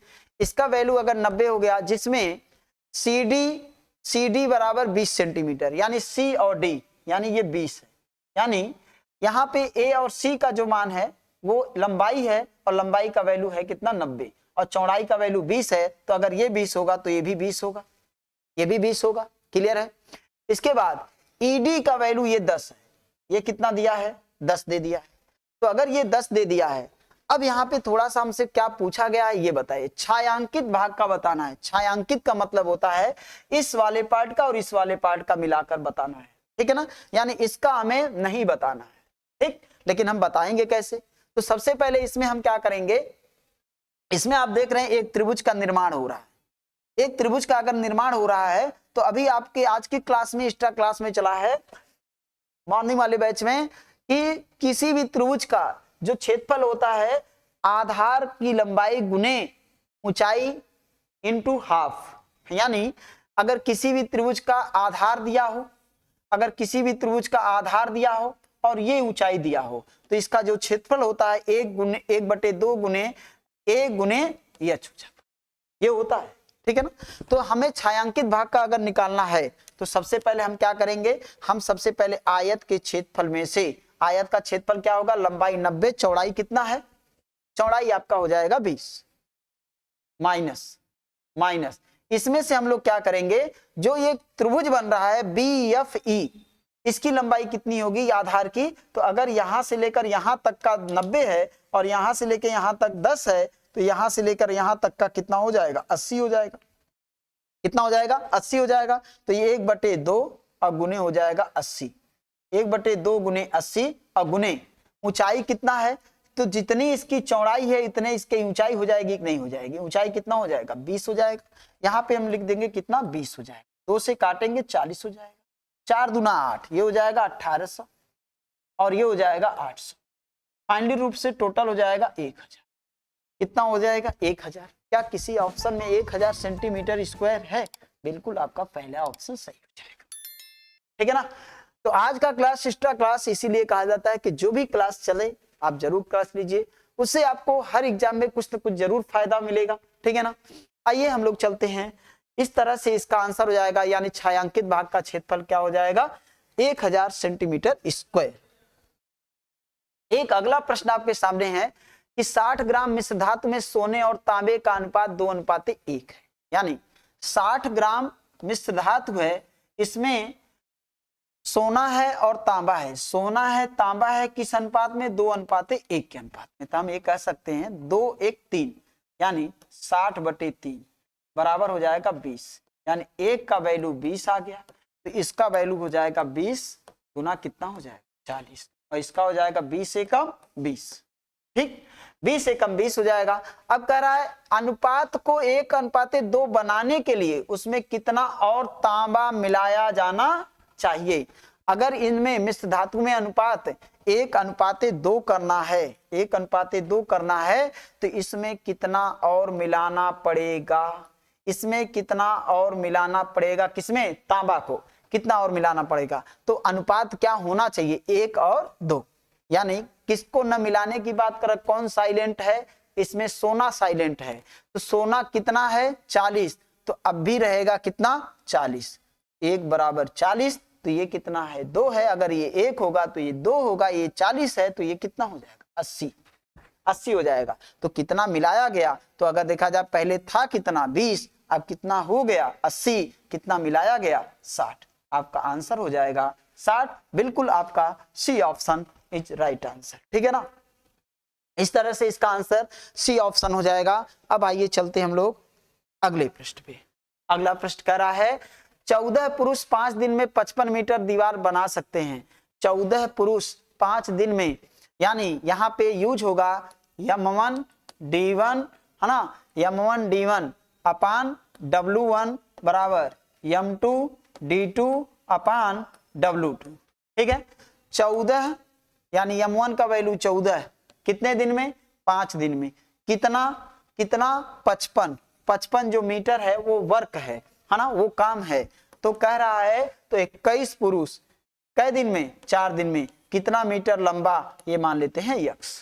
ठीक है ना? कितना मीटर लंबा दीवार बना सकते हैं, ये प्रश्न आपसे पूछा जा रहा है। ठीक है ना? अगर हम लोग 5 से डिवाइड कर दे तो 11 हो जाएगा। बिल्कुल। 7 दूना 14, 7 त्रिक 21 और 2 से ये हो जाएगा 2 दूना 4। फाइनली रूप से यहाँ पे 1 बचा हुआ है, तो x का जो मान आ जाएगा वो 11 गुने 3 गुने 2। 11 3 33 दूना क्या हो जाएगा? 66। आपका फाइनली रूप से आपका आंसर बी ऑप्शन सही होगा। ठीक है ना? बी ऑप्शन सही होगा। ठीक, अब आइए चलते हैं हम लोग एक अगले प्रश्न पे। ठीक है? अगला प्रश्न है कि 40 लीटर मिश्रण में 10% एल्कोहल और शेष जल है। 40 लीटर में मिश्रण में 10% एल्कोहल और शेष क्या है? जल है। तो 40% अगर क्या है? 40 लीटर जो है, 40 लीटर क्या है आपका? 40 लीटर मिश्रण है जिसमें से 10%, तो 10% आपका क्या है? एल्कोहल है। शेष क्या है? जल है। यानी ये एल्कोहल है और ये आपका मान लीजिए जल है। तो 40 का 10% अर्थात 4 लीटर। कितना आ जाएगा? 4 लीटर। ठीक है? 10% निकालेंगे 4 लीटर, तो ये कितना होगा? 90%। यानी अगर हम ऐसे भी तो कह सकते हैं अगर ये 4 लीटर होगा तो ये 36 लीटर होगा। सिंपल सी बात है। अब कह रहा है कि इसमें अगर 4 लीटर पानी मिला दिया जाए, कै लीटर पानी? पानी है कितना? 36, और इसमें 4 लीटर पानी और मिला दीजिए। अगर मिला देंगे तो अब ये हो जाएगा कितना? 40। और ये जितना है इसको न मिलाने की बात कर रहा है न निकालने की बात कर रहा है, तो यानी ये जितना था उतना रहेगा। ठीक है ना? तो कह रहा है तो नए मिश्रण में एल्कोहल का प्रतिशत क्या होगा? तो यानी एल्कोहल पहले भी 4 लीटर था, अब भी कितना होगा? 4 लीटर होगा। कितना अब देखिए टोटल मिश्रण कितना होगा? 44। कितना हो गया? 44। 44 अगर मिश्रण हो गया तो 44 लीटर मिश्रण में और आपका एल्कोहल कितना है? 4 गुने 100। आपका परसेंटेज हो जाएगा। 4 से काट देंगे 11 हो जाएगा। 11 9 99, 9 सही 1/11% आपका फाइनली उत्तर हो जाएगा। 9 सही 1/11% अर्थात बी ऑप्शन आपका फाइनली आंसर होगा। आइए हम चलते हैं एक अगले प्रश्न पे, ठीक है ना। अगला प्रश्न देखिए क्या कह रहा है। 3, 12, 24 और 36 से विभाज्य 3 अंकों की सबसे बड़ी संख्या क्या है, यानी 3 अंकों की सबसे बड़ी संख्या क्या है जो 3 से, 12 से, 24 से और 36 से क्या है, विभाज्य है। तो सबसे पहले हम लोग ऐसे प्रश्नों को कभी पेन पेपर की आवश्यकता हमें ना पड़े, कोशिश ही करनी चाहिए। इसमें देखिए तो 9 और 4 का नियम है, इसमें क्या है 8 और 3 का नियम है, इसमें 3 और 4 का नियम है, ठीक है ना। तो अगर हम सबसे पहले यहाँ पे क्या करेंगे, हम 9 का नियम अगर लगाएंगे तो हमें 3 का नियम लगाने की जरूरत नहीं होगी। अगर हम 8 का नियम लगाएंगे तो 4, 2 की नियम लगाने की आवश्यकता नहीं होगी। तो चलिए सबसे पहले हम लोग 9 का नियम लगाते हैं। तो 9 का नियम अगर देखा जाए तो ये फॉलो कर रहा है, 9 का नियम ये भी फॉलो कर रहा है, 9 का नियम ये फॉलो नहीं करेगा, 9 का नियम ये भी फॉलो नहीं करेगा, 2 ऑप्शन कैंसिल। लेकिन अब इसमें से 8 का नियम कौन फॉलो कर रहा है, ये 8 का नियम नहीं फॉलो करेगा। इस तरह से ए ऑप्शन आपका सही हो जाएगा, ठीक है ना। ये 8 का नियम नहीं फॉलो करेगा, ठीक। चलिए तो विभाजता का नियम के ऊपर डिपेंड है। मैंने बताया आपको विभाजता के नियम, अभी कल के वीडियो में आपको एक वीडियो अभी डाला गया है, तो इस तरह के क्वेश्चन कराए गए हैं, लेकिन उसमें केवल एक संख्याओं से विभाजित होने की बात चल रही थी और यहाँ पे 4 संख्याएं दी गई। तो संख्याएं चाहे जितनी हो उससे कोई फर्क नहीं पड़ने वाला, मेन होता है कॉन्सेप्ट। देखिए 4 संख्याएं आई तो क्या हुआ, हमने इसको तोड़ दिया, जितने नियम है उसमें सोच लिया किसमें कौन कौन सा नियम है, उसी नियम के आधार पर हमने ऑप्शन को जांच लिया, जो ऑप्शन सही लगा वो लगा दिया, ठीक है ना। अब चलिए चलते हैं हम लोग अगले प्रश्न पे। अगला प्रश्न क्या कह रहा है ना, यहां पे दिया है, यहां पे होना चाहिए बेलनाकार, ठीक है ना। बेलनाकार होता है, इधर उधर हो जाता है, ऐसा नहीं है। एक बेलनाकार बर्तन की त्रिज्या 50% बढ़ाई गई और ऊंचाई भी 50% बढ़ाई गई, 50% कम कर दी गई। इसके आयतन में क्या प्रभाव पड़ेगा, यानी क्या परिवर्तन होगा, ये आपसे पूछ रहा है। तो देखिए आयतन की बात हो रही है, तो आयतन में लंबाई, चौड़ाई और ऊंचाई, लंबाई, चौड़ाई और ऊंचाई होता है। अगर कोई बेलन है तो बेलन का जो आधार होता है वो वृत्ताकार होता है। तो बेलन की जो बात है, अगर इसके लंबाई में कहें, अगर आधार की बात करें तो इसमें इस आधार में लंबाई और चौड़ाई है। कैसे, चाहे आप ऐसे देखिए या ऐसे देखिए, ठीक है ना। अगर ये लंबाई होगा तो ये चौड़ाई होगा, ऐसा होगा। तो यानी अगर इसके लंबाई में 50% की वृद्धि कर दी जाती है, 50% की वृद्धि कर दी जाती है, तो इसके चौड़ाई जितना, अगर एक बोलेगा तो दोनों वही फॉलो करेगा। तो इसके लंबाई में 50% की वृद्धि की जाती है, तो इसके चौड़ाई में भी 50%, क्योंकि त्रिज्या में वृद्धि कर दिया तो दोनों लंबाई चौड़ाई दोनों में वृद्धि होने लगा। तो 50% यहाँ, 50% यहाँ हो जाएगा। 3 स्टेप का है ये। इसके बाद करा है उसके ऊंचाई में। अब जो बेलन है ये ऊंचाई एक का होता है इसमें, तो ऊंचाई में कोई परिवर्तन नहीं होगा। तो यानी इसके ऊंचाई में 50% की करा है कमी, तो 3 स्टेप का हो गया। ये 50-50 प्लस, ये 50-50 प्लस हो जाएंगे और ये माइनस हो जाएगा। अब आपको x plus y plus x into y upon 100 का यूज यहाँ पे कर लेना चाहिए। सबसे पहले अगर इन दोनों का निकालेंगे तो 50-50 कितना हो जाएगा, 100। 50% बढ़ा दी जाए और ऊंचाई 50% कम कर दी जाए तो ये हो जाएगा 100। अगर देखा जाए तो 50 प्लस 50, 50 प्लस 50, चलिए 50-50 अगर हम लोग देखें तो 100 हो जाएगा। तो 50-50 100 और 50 यानी कि 2500, 125 हो जाएगा। यानी अगर इसे हम ऐसे रख के बता रहे हैं, देख लीजिए, हम 50 लिख सकते हैं, 50 लिख सकते हैं प्लस 50 गुने 50 बटे 100।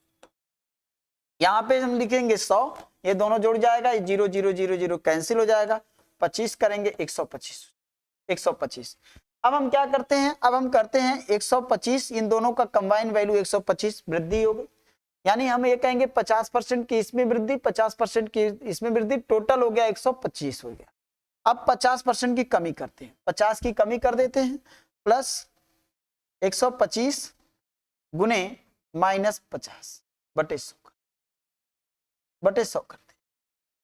अगर यहाँ पे 50 चला जाए तो 75 बचेगा, और 75 बचेगा क्योंकि ये देखिए एक माइनस एक प्लस है, तो अगर एक माइनस और एक प्लस है और इसमें 0 से 0 कैंसिल कर दीजिए, 125 पंजे 625, तो 625 और नीचे एक दशमलव है यहाँ पे हटा लगा देंगे, नीचे एक 0 है तो एक स्थान के बाद दशमलव लगा देंगे, तो 75 में से यहाँ पे देखिए ध्यान दीजिएगा ये माइनस में रहेगा क्योंकि ये माइनस में है, तो -62.5 हो जाएगा। अगर -62.5 हो जाएगा तो -62.5 चला जाए तो ये हो जाएगा आपका फाइनली रूप से 12.5% की वृद्धि आएगा, जो बचेगा वो 12.5% की वृद्धि हो जाएगी। ये हो जाएगा, आप इसका यूज कर सकते इस तरह से, इस प्रश्न का उत्तर हो जाएगा फाइनली रूप से 12.5% की वृद्धि हो जाएगी, ठीक है ना। इसका उत्तर 12.5% की वृद्धि हो जाएगी।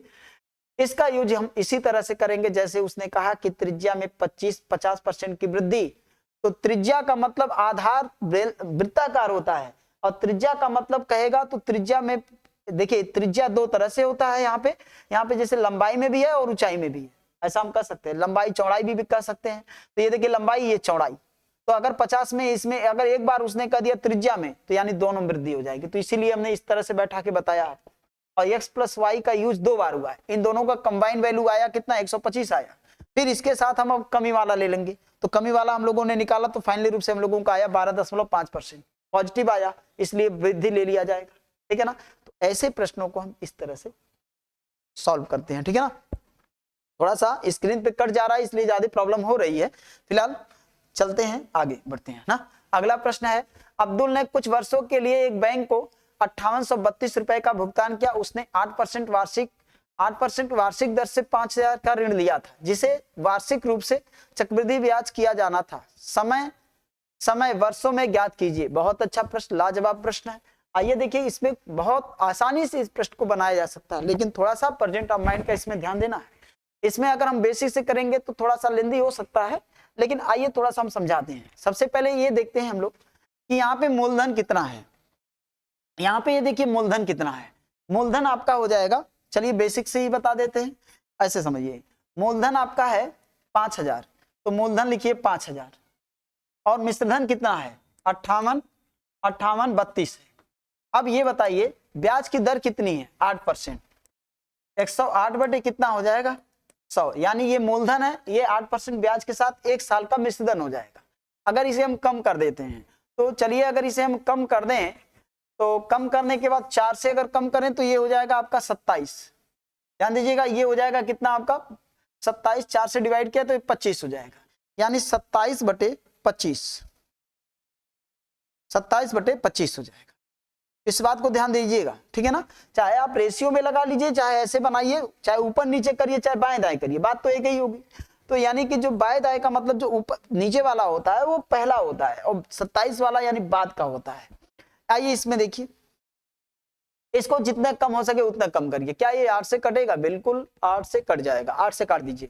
8 से अगर हम इसे काट 48 यानी 625, 8 से इसे काटेंगे, चलिए 8 से इसे काटते हैं, तो 8 से काटेंगे, 8 7 56, तो 2 बचेगा 23, 8 से 8 गुना 16, 8 3 24, 8 गुना 16, ठीक है ना। 7 बचा, 8 9 72, फाइनली रूप से ये 8 से कट गया।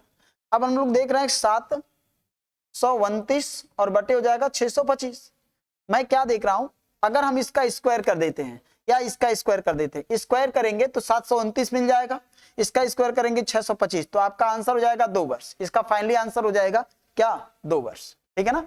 स्क्रीन कट जाने की वजह से ये ज्यादा प्रॉब्लम हो रहा है, स्पष्ट नहीं हो रहा है, कभी कभी कोई ऐसा वैल्यू है, तो इसका ध्यान रखना होगा आपको, ठीक है ना। ये 25 है और ये 27 है, दो स्क्वायर करने पर, दोनों का स्क्वायर करने पर दोनों ये वैल्यू मिल गए, ठीक है ना। तो इसमें निसंदेह आपको क्या करना है, किसी एक का स्क्वायर करिए, अगर मिल गया तो समझिए 2 वर्ष। जितना पावर लगाएंगे, चाहे नीचे वाले में लगाइए, जो वैल्यू आपको आसान लगे पावर करने पे, वैल्यू प्राप्त करने में, वो उसका आप करिए, कोई जरूरी नहीं है। जैसे किसी एक का मिल गया समझिए दूसरे का मिलना तय है, तो उतना ही आपको समय बता देना। ऐसे प्रश्नों को इसी तरह से खत्म कर देते, ठीक है ना। आइए देखिए, तो अब इसी को हम अगर कहें तो ऐसे लगाते कि 8% अगर है तो ये हो जाएगा 100, ये हो जाएगा 100, तो ये हो जाएगा 108। सीधा सीधा मैटर है, 4 से कैंसिल करेंगे 25, 4 से कैंसिल करेंगे 27, एक पावर लगाएंगे तो इतना मिलेगा, 2 लगाएंगे तो 2 लगाएंगे 625। लेकिन एक बात का ध्यान रहे, ये 5000 है, ये 5000 है, ये कितना है, जितना सरलीकृत हो उतना कर लीजिए करिए। सरलीकृत करेंगे ना तो 625 ये मिलेगा और ये आपका 729 मिलेगा। इस बात का ध्यान रखिएगा, ये ना चाहते हुए ऐसा होगा, काटेंगे तो कटेगा जरूर। 8 से दोनों को काट दिया, अब जैसे इसका स्क्वायर करेंगे आपको ये मिल गया, तो समझिए 2 ही वर्ष, ठीक है ना। अब चलते हम लोग अगले पृष्ठ पे। अगले पृष्ठ में हालांकि कभी कभी स्पीड हो जाता है, इसका ध्यान रखेंगे, लेकिन इसको समझिएगा।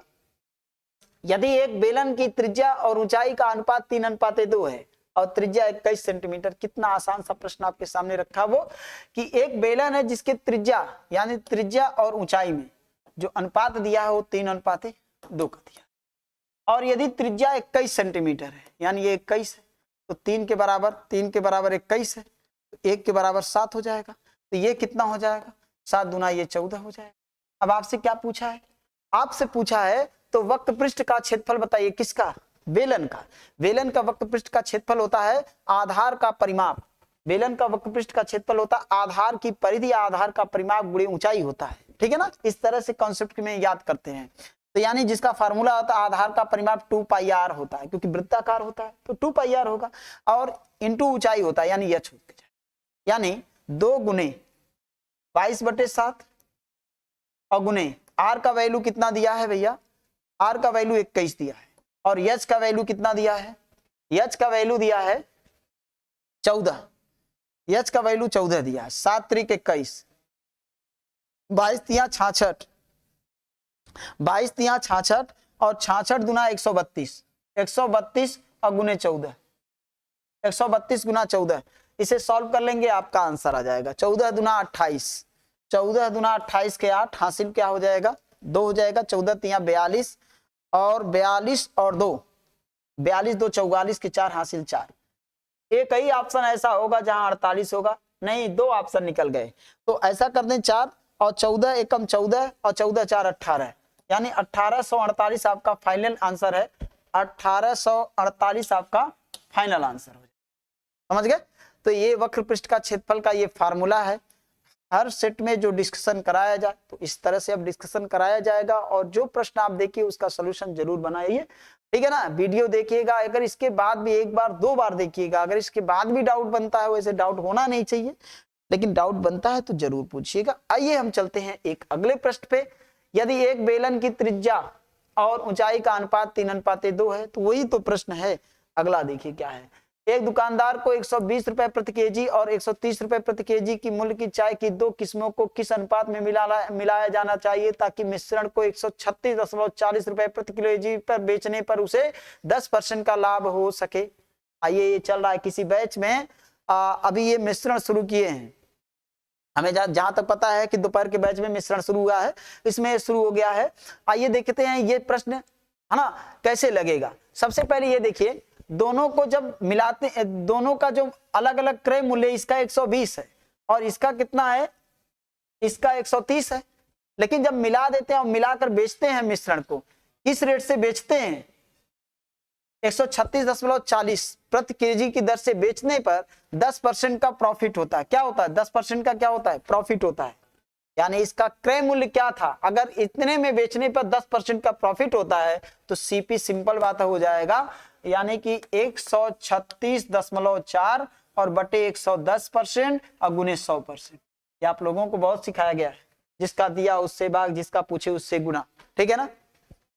आप इसे सॉल्व करिए, 0 से 0 कैंसिल, 11 एकम 11, 2 बचेगा, 11 दूना 22, 4 बचेगा, 11 चौक 44 गुने 10, टोटल हो जाएगा 124। क्योंकि 0 है, 0 इसके दशमलव को हटा देगा, है ना, 0 काटिए, दशमलव हटा दीजिए, ठीक है।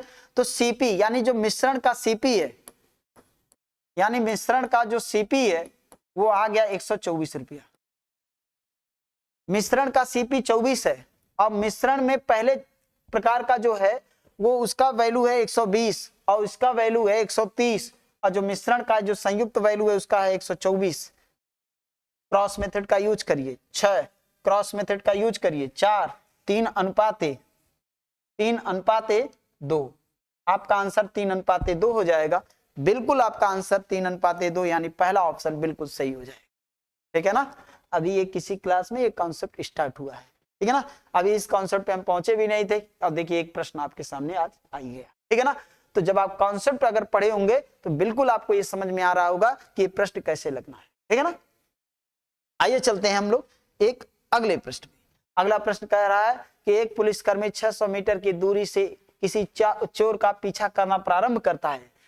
चोर का पुलिस कर्मी और चोर की चाल क्रमशः 12 किलोमीटर प्रति घंटा। ये प्रश्न ये है कि डिस्टेंस इनके बीच है 600 और जब एक ही डायरेक्शन में दोनों होंगे तो चालों का अंतर इनका हो जाएगा, क्योंकि एक ही डायरेक्शन में दोनों चल रहे हैं तो चालों का अंतर, यहाँ पे इसका चाल है 12 किलोमीटर प्रति घंटा, इसका चाल है 10 किलोमीटर प्रति घंटा। तो 12 और 4 और कितना है 10, 12 और 10 का डिफरेंस 2। और क्योंकि ये दूरी मीटर में है, दूरी अगर मीटर में है तो इसके चाल को भी मीटर पर सेकंड में बदल लेंगे। तो मीटर पर सेकंड में बदलने का ये तरीका है कि 5/18 का आप गुणा करते हैं। यानी अगर किलोमीटर को मीटर में बदलना, मीटर प्रति सेकंड में बदलना है तो ऊपर छोटा नीचे बड़ा। अगर मीटर पर सेकंड को किलोमीटर में बदलना है तो ऊपर बड़ा नीचे छोटा। इसका ये कॉन्सेप्ट है।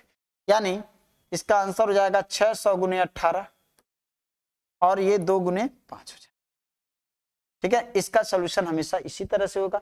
दोनों के बीच में कितना डिस्टेंस है, दोनों जब एक ही डायरेक्शन में जा ही रहे हैं, क्योंकि चोर का पीछा करेगा सिपाही तो उसी के डायरेक्शन में जाएगा। तो दूरी कितनी है दोनों के बीच की 600 और दोनों के चाल का अंतर कितना है 2, क्योंकि एक का 12 दूसरे का 10, 2 और इसको मीटर में पर सेकंड में बदल देंगे। बदल दिया 5 दूना 10, 1 0 कैंसिल, टोटल हो जाएगा 18 छक्का 108, 18 छक्का 108। तो अगर 18 छक्का 108 ये आ गया तो हम सीधा सीधा ये कह सकते हैं, हमें इतना गुणा करने की आवश्यकता क्या है। ये 60 × 18 ये आएगा आपका सेकंड में, ये जो है वो सेकंड में। तो क्योंकि आंसर दिया है ऑफ मिनट में तो 60 × इस सेकंड को अगर मिनट में बदलना है तो 60 से हम भाग देते हैं। तो 60 से 60 कैंसिल, आपका फाइनली आंसर 18 मिनट है। 18 मिनट आपका फाइनली आंसर, यानी इसका आंसर बी ऑप्शन सही, बी ऑप्शन इसका फाइनली आंसर है, ठीक है ना। अब आते हैं हम लोग एक अगले प्रश्न पे। 7 किलोमीटर प्रति घंटे की चाल से दौड़ रहे चोर एक पुलिसकर्मी का पीछा करता है, पुलिसकर्मी का पीछा करता है जिसकी चाल 8 किलोमीटर प्रति घंटा। यदि चोर पुलिसकर्मी से 85 मीटर आगे है तो चोर को पकड़ने में पुलिसकर्मी को कितना समय लगेगा। ठीक, बहुत आसान सा प्रश्न है, सेम जैसे पिछला प्रश्न उसी तरह से उसमें 600 मीटर की दूरी पर था, इसमें 85 मीटर की दूरी पर है। बाकी सारी चीजें वही हैं। यहाँ पे चाल एक का 7 है और दूसरे का चाल है यहाँ पे 8, तो यानी 7 और 8 का डिफरेंस कितना आएगा 1। और इसके चाल है किलोमीटर प्रति घंटा और बदल देंगे मीटर पर सेकंड में। क्यों बदलेंगे, क्या रीजन है, क्योंकि दूरी जो दिया है दोनों के बीच का जो डिस्टेंस है वो मीटर में है, इसलिए हम 5/18 का इसमें गुणा। अब 85 × 18/5, 5 से करेंगे 17, 17 × 18 करेंगे, 17 × 18, 17 × 18 आपको करना है। तो 17 × अगर 18 करना है तो आप इसे कह सकते हैं बटे, आप इसे मिनट, क्योंकि ये जो भी है ये सेकंड में आएगा, ये जो भी है ये सेकंड माना जाएगा। और इसे अगर 60 से भाग दे देंगे तो ये मिनट हो जाएगा, क्योंकि मिनट में आंसर भी दिया है। चलिए 60 से भाग दे दीजिए, 6 × 18, 6 × 60, 17 × 51/10, यानी 5.1 मिनट, 5.1 मिनट, 5.1 मिनट। देखिए ध्यान दीजिएगा, कैलकुलेशन का अपने आप में बहुत महत्व होता है कंपटीशन टाइम में, है ना। कैसे आप कर रहे हैं ये बहुत मायने रखता है, ठीक है ना। कितना समय बचा ले रहे हैं, जितना समय उसमें बचाएंगे वो आपके काम आएगा। तो ये है आपका आंसर 5.1 मिनट, जो कि ऑप्शन नंबर डी सही है। ऑप्शन नंबर कौन सा सही है, डी सही है। आइए इस प्रश्न को देखते हैं हम लोग ये प्रश्न कर रहा है कि एक दुकानदार शर्ट को 800 रुपए प्रति शर्ट के मूल्य पर बेचता है। वह पूर्ण भुगतान को नगद में करने वाले सभी ग्राहक को 10% की छूट देता है और एक बार में 10 शर्ट खरीदने वाले ग्राहक को 10 यानी 10 शर्ट खरीदता है, 2 मुफ्त में दे देता है। यानी दाम कितने का देना होता? 8 का। इस पृष्ठ में क्या है कि 10% का तब छूट देगा जब आप तत्काल पैसा दे देंगे। तत्काल पैसा दे देंगे। एक व्यक्ति है 10 शर्ट खरीदा है, चलिए 10 शर्ट वो खरीद लिया, जिसमें 2 शर्ट उसे मुफ्त में मिल गए, तो यानी 8 खरीदा 2 मुफ्त में मिल गए, गुणित। बस सीधा इसका आंसर हो जाएगा, ज्यादा इसमें तामझाम है नहीं। 4 से डिवाइड करेंगे आपका आंसर आ जाएगा 25%। फाइनली रूप से इसका आंसर 25%, फाइनली रूप से इसका आंसर 25% हो जाएगा, है ना। इसका आंसर हो गया 25%, ठीक है ना। आइए चलते हैं एक अगला, ठीक है ना। अगला करा 42। यहाँ पे देखिए एक अगला प्रश्न है कि 42 भागे 2 प्लस यम गुणे 3 और -22 इसके बाद भागे 11 और प्लस 3 बराबर 28। इस प्रश्न को एग्जाम में सिस्टमेटिक अगर आप चलेंगे तो समय खा जाएगा। बचना इससे, समय बचाना है। भाग आए गुणा आए तो पहले गुणा के पहले भाग करते, 2 से काटेंगे तो 21, नो डाउट है 21 हो जाएगा। और यहाँ पे माइनस नहीं करते क्योंकि गुणा है, तो पहले इसको गुणा ही कर लेंगे तो ये हो जाएगा 3। और यहाँ पे भाग है 11 दूना 22, -2 और +3 यानी कि हो जाएगा +1 और बराबर टोटल हो जाएगा यहाँ 28। अगर इसे सॉल्व किया जाए तो यहाँ हो जाएगा टोटल, हम लोग सॉल्व करेंगे तो ये हो जाएगा 21 1 22 यानी 3m प्लस ये हो जाएगा 21 1 22 बराबर हो जाएगा 28, यानी 3m का जो वैल्यू आएगा हो जाएगा 28 - 22, है ना, 6 हो जाएगा। और 6m का जो वैल्यू आ जाएगा 6/3 हो जाएगा 2 हो जाएगा। कितना हो जाएगा? 2 हो जाएगा। क्या ऑप्शन में 2 है? बिल्कुल ऑप्शन सी, ठीक है ना। आइए हम लोग चलते हैं एक अगले क्वेश्चन पे। किराने का 1/3 भाग 18% लाभ पर बेचा जाता है, 1/4 भाग 25% लाभ पर बेचा जाता है और शेष भाग 30% लाभ पर बेचा जाता है। यदि कुल लाभ 1980 हो तो किराना का मूल्य क्या होगा? क्लास में आपको बार बार इस कॉन्सेप्ट का हम यूज करना बताते हैं कि इसका यूज बार बार होता है, एग्जाम में जरूर आता है। आइए इसको कैसे लगाएंगे। 1/3 भाग, चलिए 1/3 भाग को 18% के लाभ पर, ठीक है ना। और देखिए 1/3 भाग 18% के लाभ पर, 1/4 भाग 25% के लाभ पर, 25% के लाभ पर। और इसके बाद कह रहा है शेष बचा भाग, यानी टोटल भाग 1 है जिसमें से 1/3 भाग और प्लस 1/4 भाग अगर आप निकाल देंगे तो आपको मिल जाएगा 5/12 भाग, यानी 5/12 भाग को 5/12 भाग को 30% के लाभ पर, ठीक है ना। अब 3 से हो जाएगा 6, ये हो जाएगा 6 प्लस ये हो जाएगा आपका 6.25%, ये 6%, ये 6.25%, ये हो जाएगा 6 दूना 12, 6 पंजे 30, 5 पचे 25 और टोटल सॉल्व करेंगे 5 पचे 25 यानी 12.5%, 12.5%। टोटल ऐड करेंगे 6 6 12 और 12 12 24, 24.75%। इतने परसेंट का लाभ हो जाएगा। व्यापार में इतने परसेंट का लाभ होगा। वैल्यू दिया कितना है? 1980 दे दिया। तो अब हमने आपको बताया है कि सीपी 100% होगा, प्रॉफिट आपका 24.75% बराबर 1980, यानी कि आप तुरंत इसको कैलकुलेशन में लेंगे 1980 बटे 24.75 और गुने आपसे पूछ रहा है क्रय मूल्य क्या है, ठीक है ना। तो यहाँ पे क्या करेंगे आप, दशमलव है तो इसके साथ 00 बढ़ा दीजिए, दशमलव हटा दीजिए और दशमलव हटा देंगे और इसको क्या करिए 25 से डिवाइड करिए। 25 से अगर आप डिवाइड करते हैं तो 25 9 बार जाएगा, 25 से फिर ये 9 बार जाएगा, 25 से 9 बार जाएगा और 25 चौक के 100 हो जाएगा और 99 से देखिए 2 बार जाएगा। टोटल फाइनली रूप से आपका हो जाएगा 2000 गुने 4, यानी आपका उत्तर हो जाएगा 8000। क्या किसी विकल्प में 8000 ऑप्शन है? बिल्कुल डी ऑप्शन आपका सही हो जाएगा। इसका हम यूज करना बताते हैं, आपको परसेंटेज पढ़ाते हैं, आपको हम लाभ हानि पढ़ाते हैं, उसमें बताते रहते हैं। आइए हम लोग एक अगले प्रश्न पे चलते हैं। एक कार्य को ए और बी मिलकर 12 दिन में बी और सी मिलकर, देखिए ए बी, बी सी और सी ए मिलकर यहाँ पे कह रहा है 12 दिन में, और इसके बाद 15 दिन में, और कितने दिन में, 20 दिन में।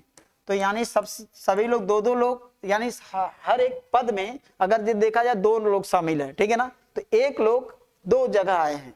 तो यहाँ पे हम लोग क्या करेंगे, एलसीएम निकालेंगे, 60 आ जाएगा। 12 से 5 बार, 15 से 4 बार, 20 से 3 बार, तो यानी 5 + 4 + 3, यानी ए बी की क्षमता 5, बीसी की 4 और सीए का 3, तो टोटल हो जाएगा 4 3 7 5 12, यानी तीनों का निकालना है तो 2 से आपको डिवाइड कर देना है, 6 हो जाएगा। तीनों का क्षमता 6 हो जाएगा। तो आपसे यही कह रहा है कि यदि वे सभी एक साथ कार्य करते हैं तो वे कार्य को कितने दिन में समाप्त कर देंगे, तो 60/6 यानी कितना हो जाएगा, 10, है ना। आपका आंसर हो जाएगा 10। अगर तीनों मिलकर काम को करेंगे तो आपका 10 दिन में ये काम समाप्त हो जाएगा, ठीक है ना। आइए चलते हम लोग एक अगले प्रश्न पे।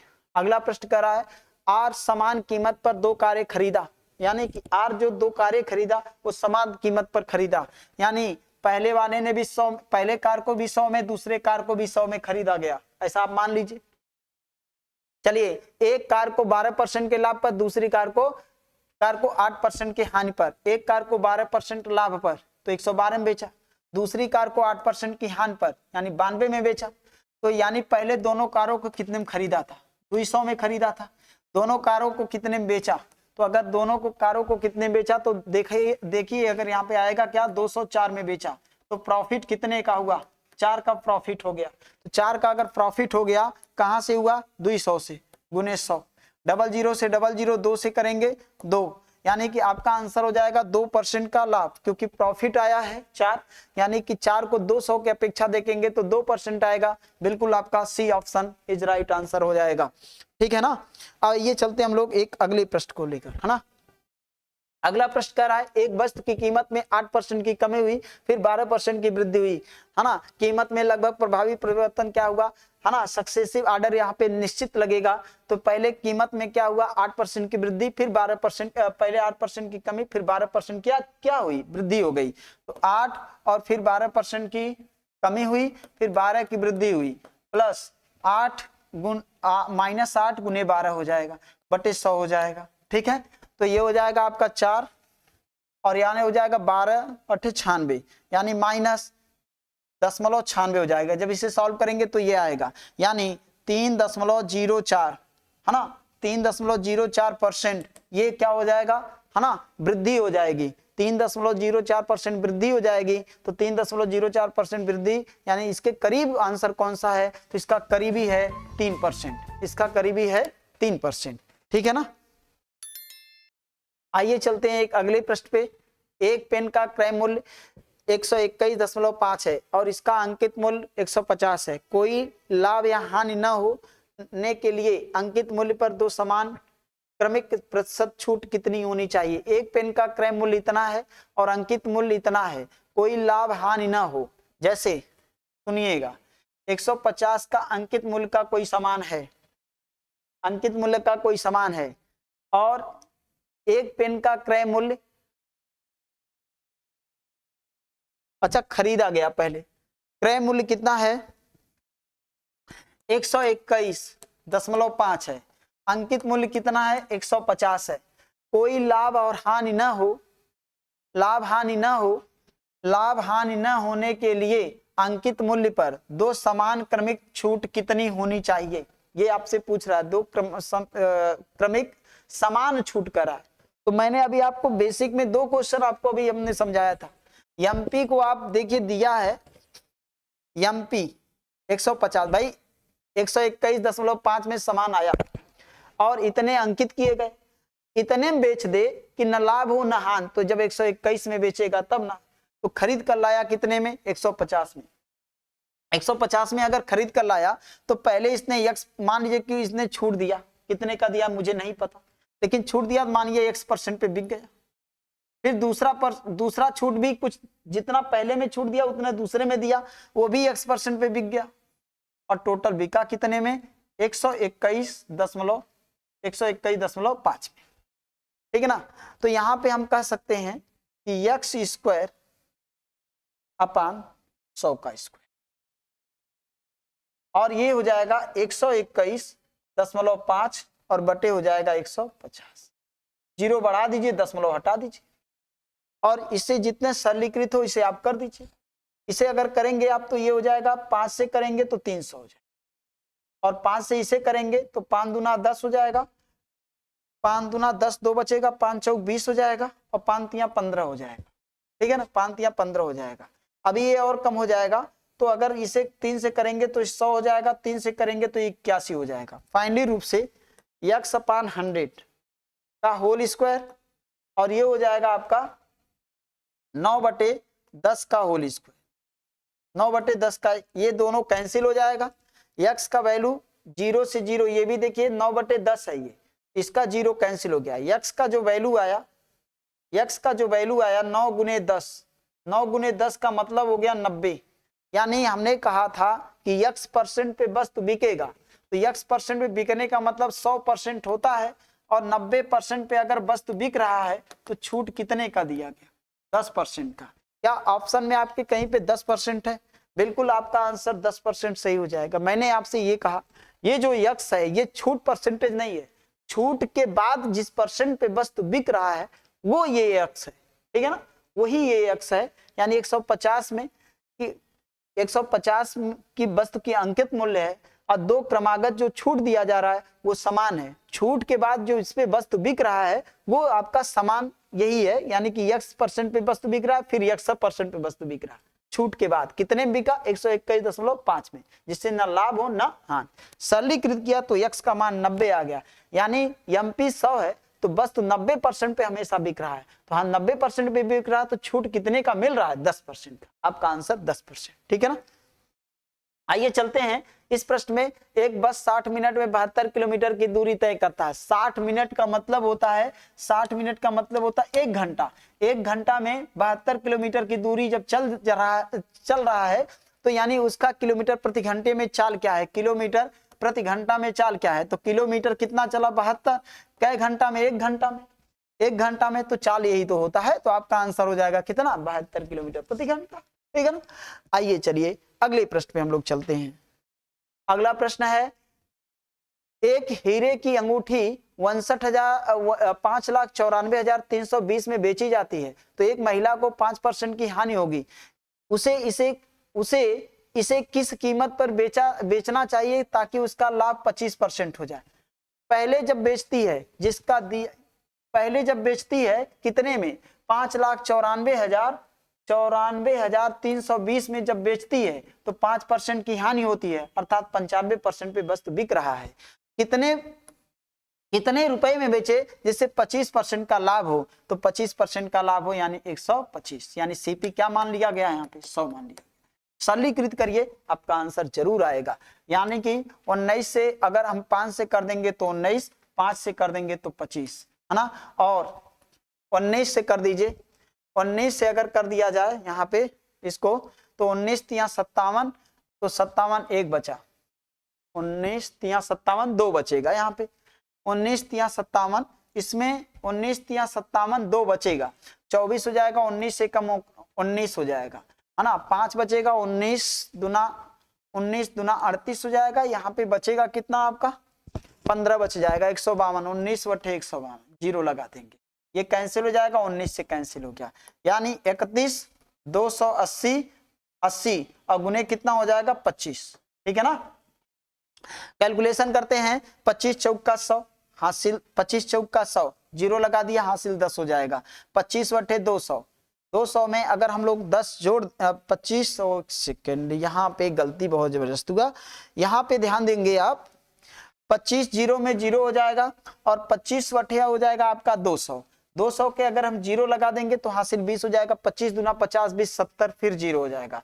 लास्ट में किस ऑप्शन में 3 जीरो है? एक ही ऑप्शन है जिसमें 3 जीरो है। हमें पूरा कैलकुलेशन करने की कोई जरूरत नहीं, बाकी समय हम लोगों का बच गया, यानी बी ऑप्शन। चलिए एक अगला देखिए क्या है। 90 को 2:3 के अनुपात में 2 भागों में बांटा गया, तो दोनों भागों का मान क्या होगा? इसमें तो कुछ है या नहीं है, यानी 2:3 के अनुपात में बांटेगा। 3 2 5, अगर 90 को 5 से डिवाइड कर देंगे तो 1 का वैल्यू 18 हो जाएगा। 18 दूना 36 और इसे 18 से गुणा करेंगे, 18 तिया 54, तो यानी आपका आंसर 36 और 54 बिल्कुल बी ऑप्शन आपका सही, ए ऑप्शन बिल्कुल आपका सही हो जाएगा। ठीक है ना, ए ऑप्शन बिल्कुल सही हो जाएगा। आइए चलते हम लोग एक अगले प्रश्न पे। एक पंचायत चुनाव में उम्मीदवार ए और बी थे। उम्मीदवार ए को 42% मत मिले और बी से 8,000 मतों से हार गया, यानी 42% मत मिला। ए को 100% मत था, 42 इसको मिला, तो 58% इसको मिलेगा। हार जीत हो गई 16% से, हार जीत हुई 16% से, कितने मतों से? 8,000 से, है ना। तो मतों की कुल संख्या कितनी है? तो मतों की कुल संख्या कितनी है यही आपको बताना है, तो यानी कि 100% का वैल्यू बताना है और क्या। तो यानी 8,000 बटे 16 गुने 100, 16 पचे 80, 16 पचे 80 हो जाएगा। 500, 500 गुने 100, तो 500 और 100 का मतलब 2 जीरो और लगा देना है, आपका आंसर हो जाएगा 50,000, यानी बी ऑप्शन आपका राइट आंसर हो जाएगा। ठीक है ना, बहुत आसान सा प्रश्न था आज के, है ना, आज के टेस्ट में ये सबसे आसान सा प्रश्न है। किसी संख्या को 42 से भाग देने पर हमें भागफल के रूप में 120 और शेषफल के रूप में 0, तो यानी भागफल और शेषफल, यानी ये x है, भाग दिया 42 से, शेष भागफल आया 120, शेष आया 0, x का माइनस x का वैल्यू हो जाएगा भाजक गुणे भागफल और प्लस शेष, शेष जोड़िए या ना जोड़िए वैल्यू आएगा वही, यानी x का मान 42 गुने 120। कह रहा है यदि उस संख्या को 41 से भाग दिया जाए, यानी है ना 41 से भाग दिया जाए, यानी सुबह के जो नए वाले बच्चे हैं, यानी हर बैच में जिसमें नंबर सिस्टम पढ़ाया गया, ये कॉन्सेप्ट आपको जरूर बताया गया होगा कि अगर 41 से हम भाग देंगे तो इसमें एक रिमाइंडर बचेगा, अलग अलग संख्या में अलग अलग भाग देंगे, इसमें एक रिमाइंडर बचेगा, इसमें भाग देंगे तो 41 दूना 82 यानी 38 रिमाइंडर बचेगा। 38 का 1 करेंगे तो 38 हो जाएगा, यानी इसका आंसर फाइनली रूप से 38 हो जाएगा, जो कि सी ऑप्शन आपका राइट आंसर होगा। ठीक है ना, आइए चलते हैं हम लोग एक अगले प्रश्न पे। 40 वस्तुओं का विक्रय मूल्य 60 वस्तुओं के क्रय मूल्य के बराबर है।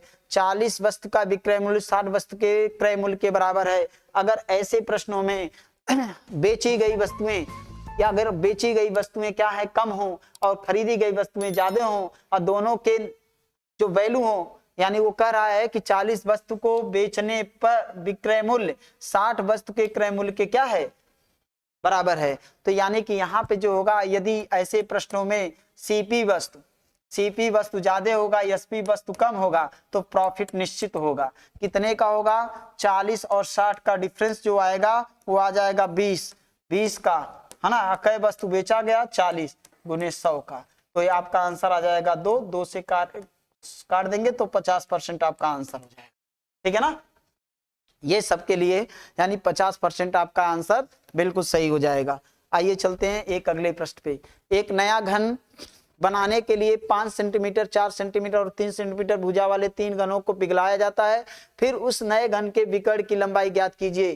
3 घन है, एक घन ये है, एक घन ये है, एक घन ये है ना, और एक घन ये है। ध्यान दीजिएगा, ये 3 घन है, 3 घन है। एक घन की लंबाई, भुजा की एक की लंबाई है आपका 5 सेंटीमीटर का है, और एक है 4 सेंटीमीटर का, और एक है 3 सेंटीमीटर। जब पिघलाया गया तो पिघला करके सबको जोड़ करके एक नया घन बनाया गया। ठीक है ना, तो नया घन बनाया गया तो सबसे पिघलाया गया, तो इसका आयतन कितना होगा? इसका आयतन 125 हो जाएगा। इसका आयतन कितना होगा? इसका 64 हो जाएगा, क्योंकि घन का आयतन बराबर भुजा का क्यूब होता है।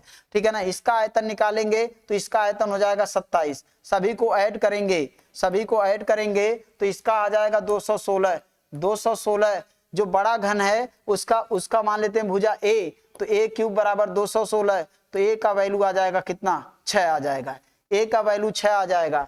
तो जो बड़ा घन होगा उसके विकर्ण की लंबाई, तो भुजा यानी विकर्ण की लंबाई होता है भुजा इंटू √3, तो भुजा 6 है √3। आपका इसका आंसर हो जाएगा, है ना, बी ऑप्शन सही आंसर हो जाएगा। इस तरह से इस प्रश्न का उत्तर बी ऑप्शन सही हो जाएगा। तो आज का सेशन आप लोगों को कैसा लगा, इसको जरूर आप लोग बताते रहिएगा। कहीं प्रॉब्लम हुई होगी या कोई प्रॉब्लम मतलब कहीं पे किसी प्रश्न में समस्या हुई होगी तो कमेंट में जरूर बताइएगा। आज का सेशन, ये पहला सेट वनडे एग्जाम का आज पहली बार हम सॉल्व कराए, हालांकि समय ज्यादा लग गया, है ना। फर्स्ट टाइम था, इतने क्वेश्चन लगातार सॉल्व कराए गए, ठीक है ना। तो इसको आप लोग देखते रहिएगा, और कोई भी अगर अपना आप इसमें प्रॉब्लम है होता है, कहीं पे आपको दिक्कत लगता है तो कमेंट बॉक्स में जरूर आप बताएंगे, ठीक है ना।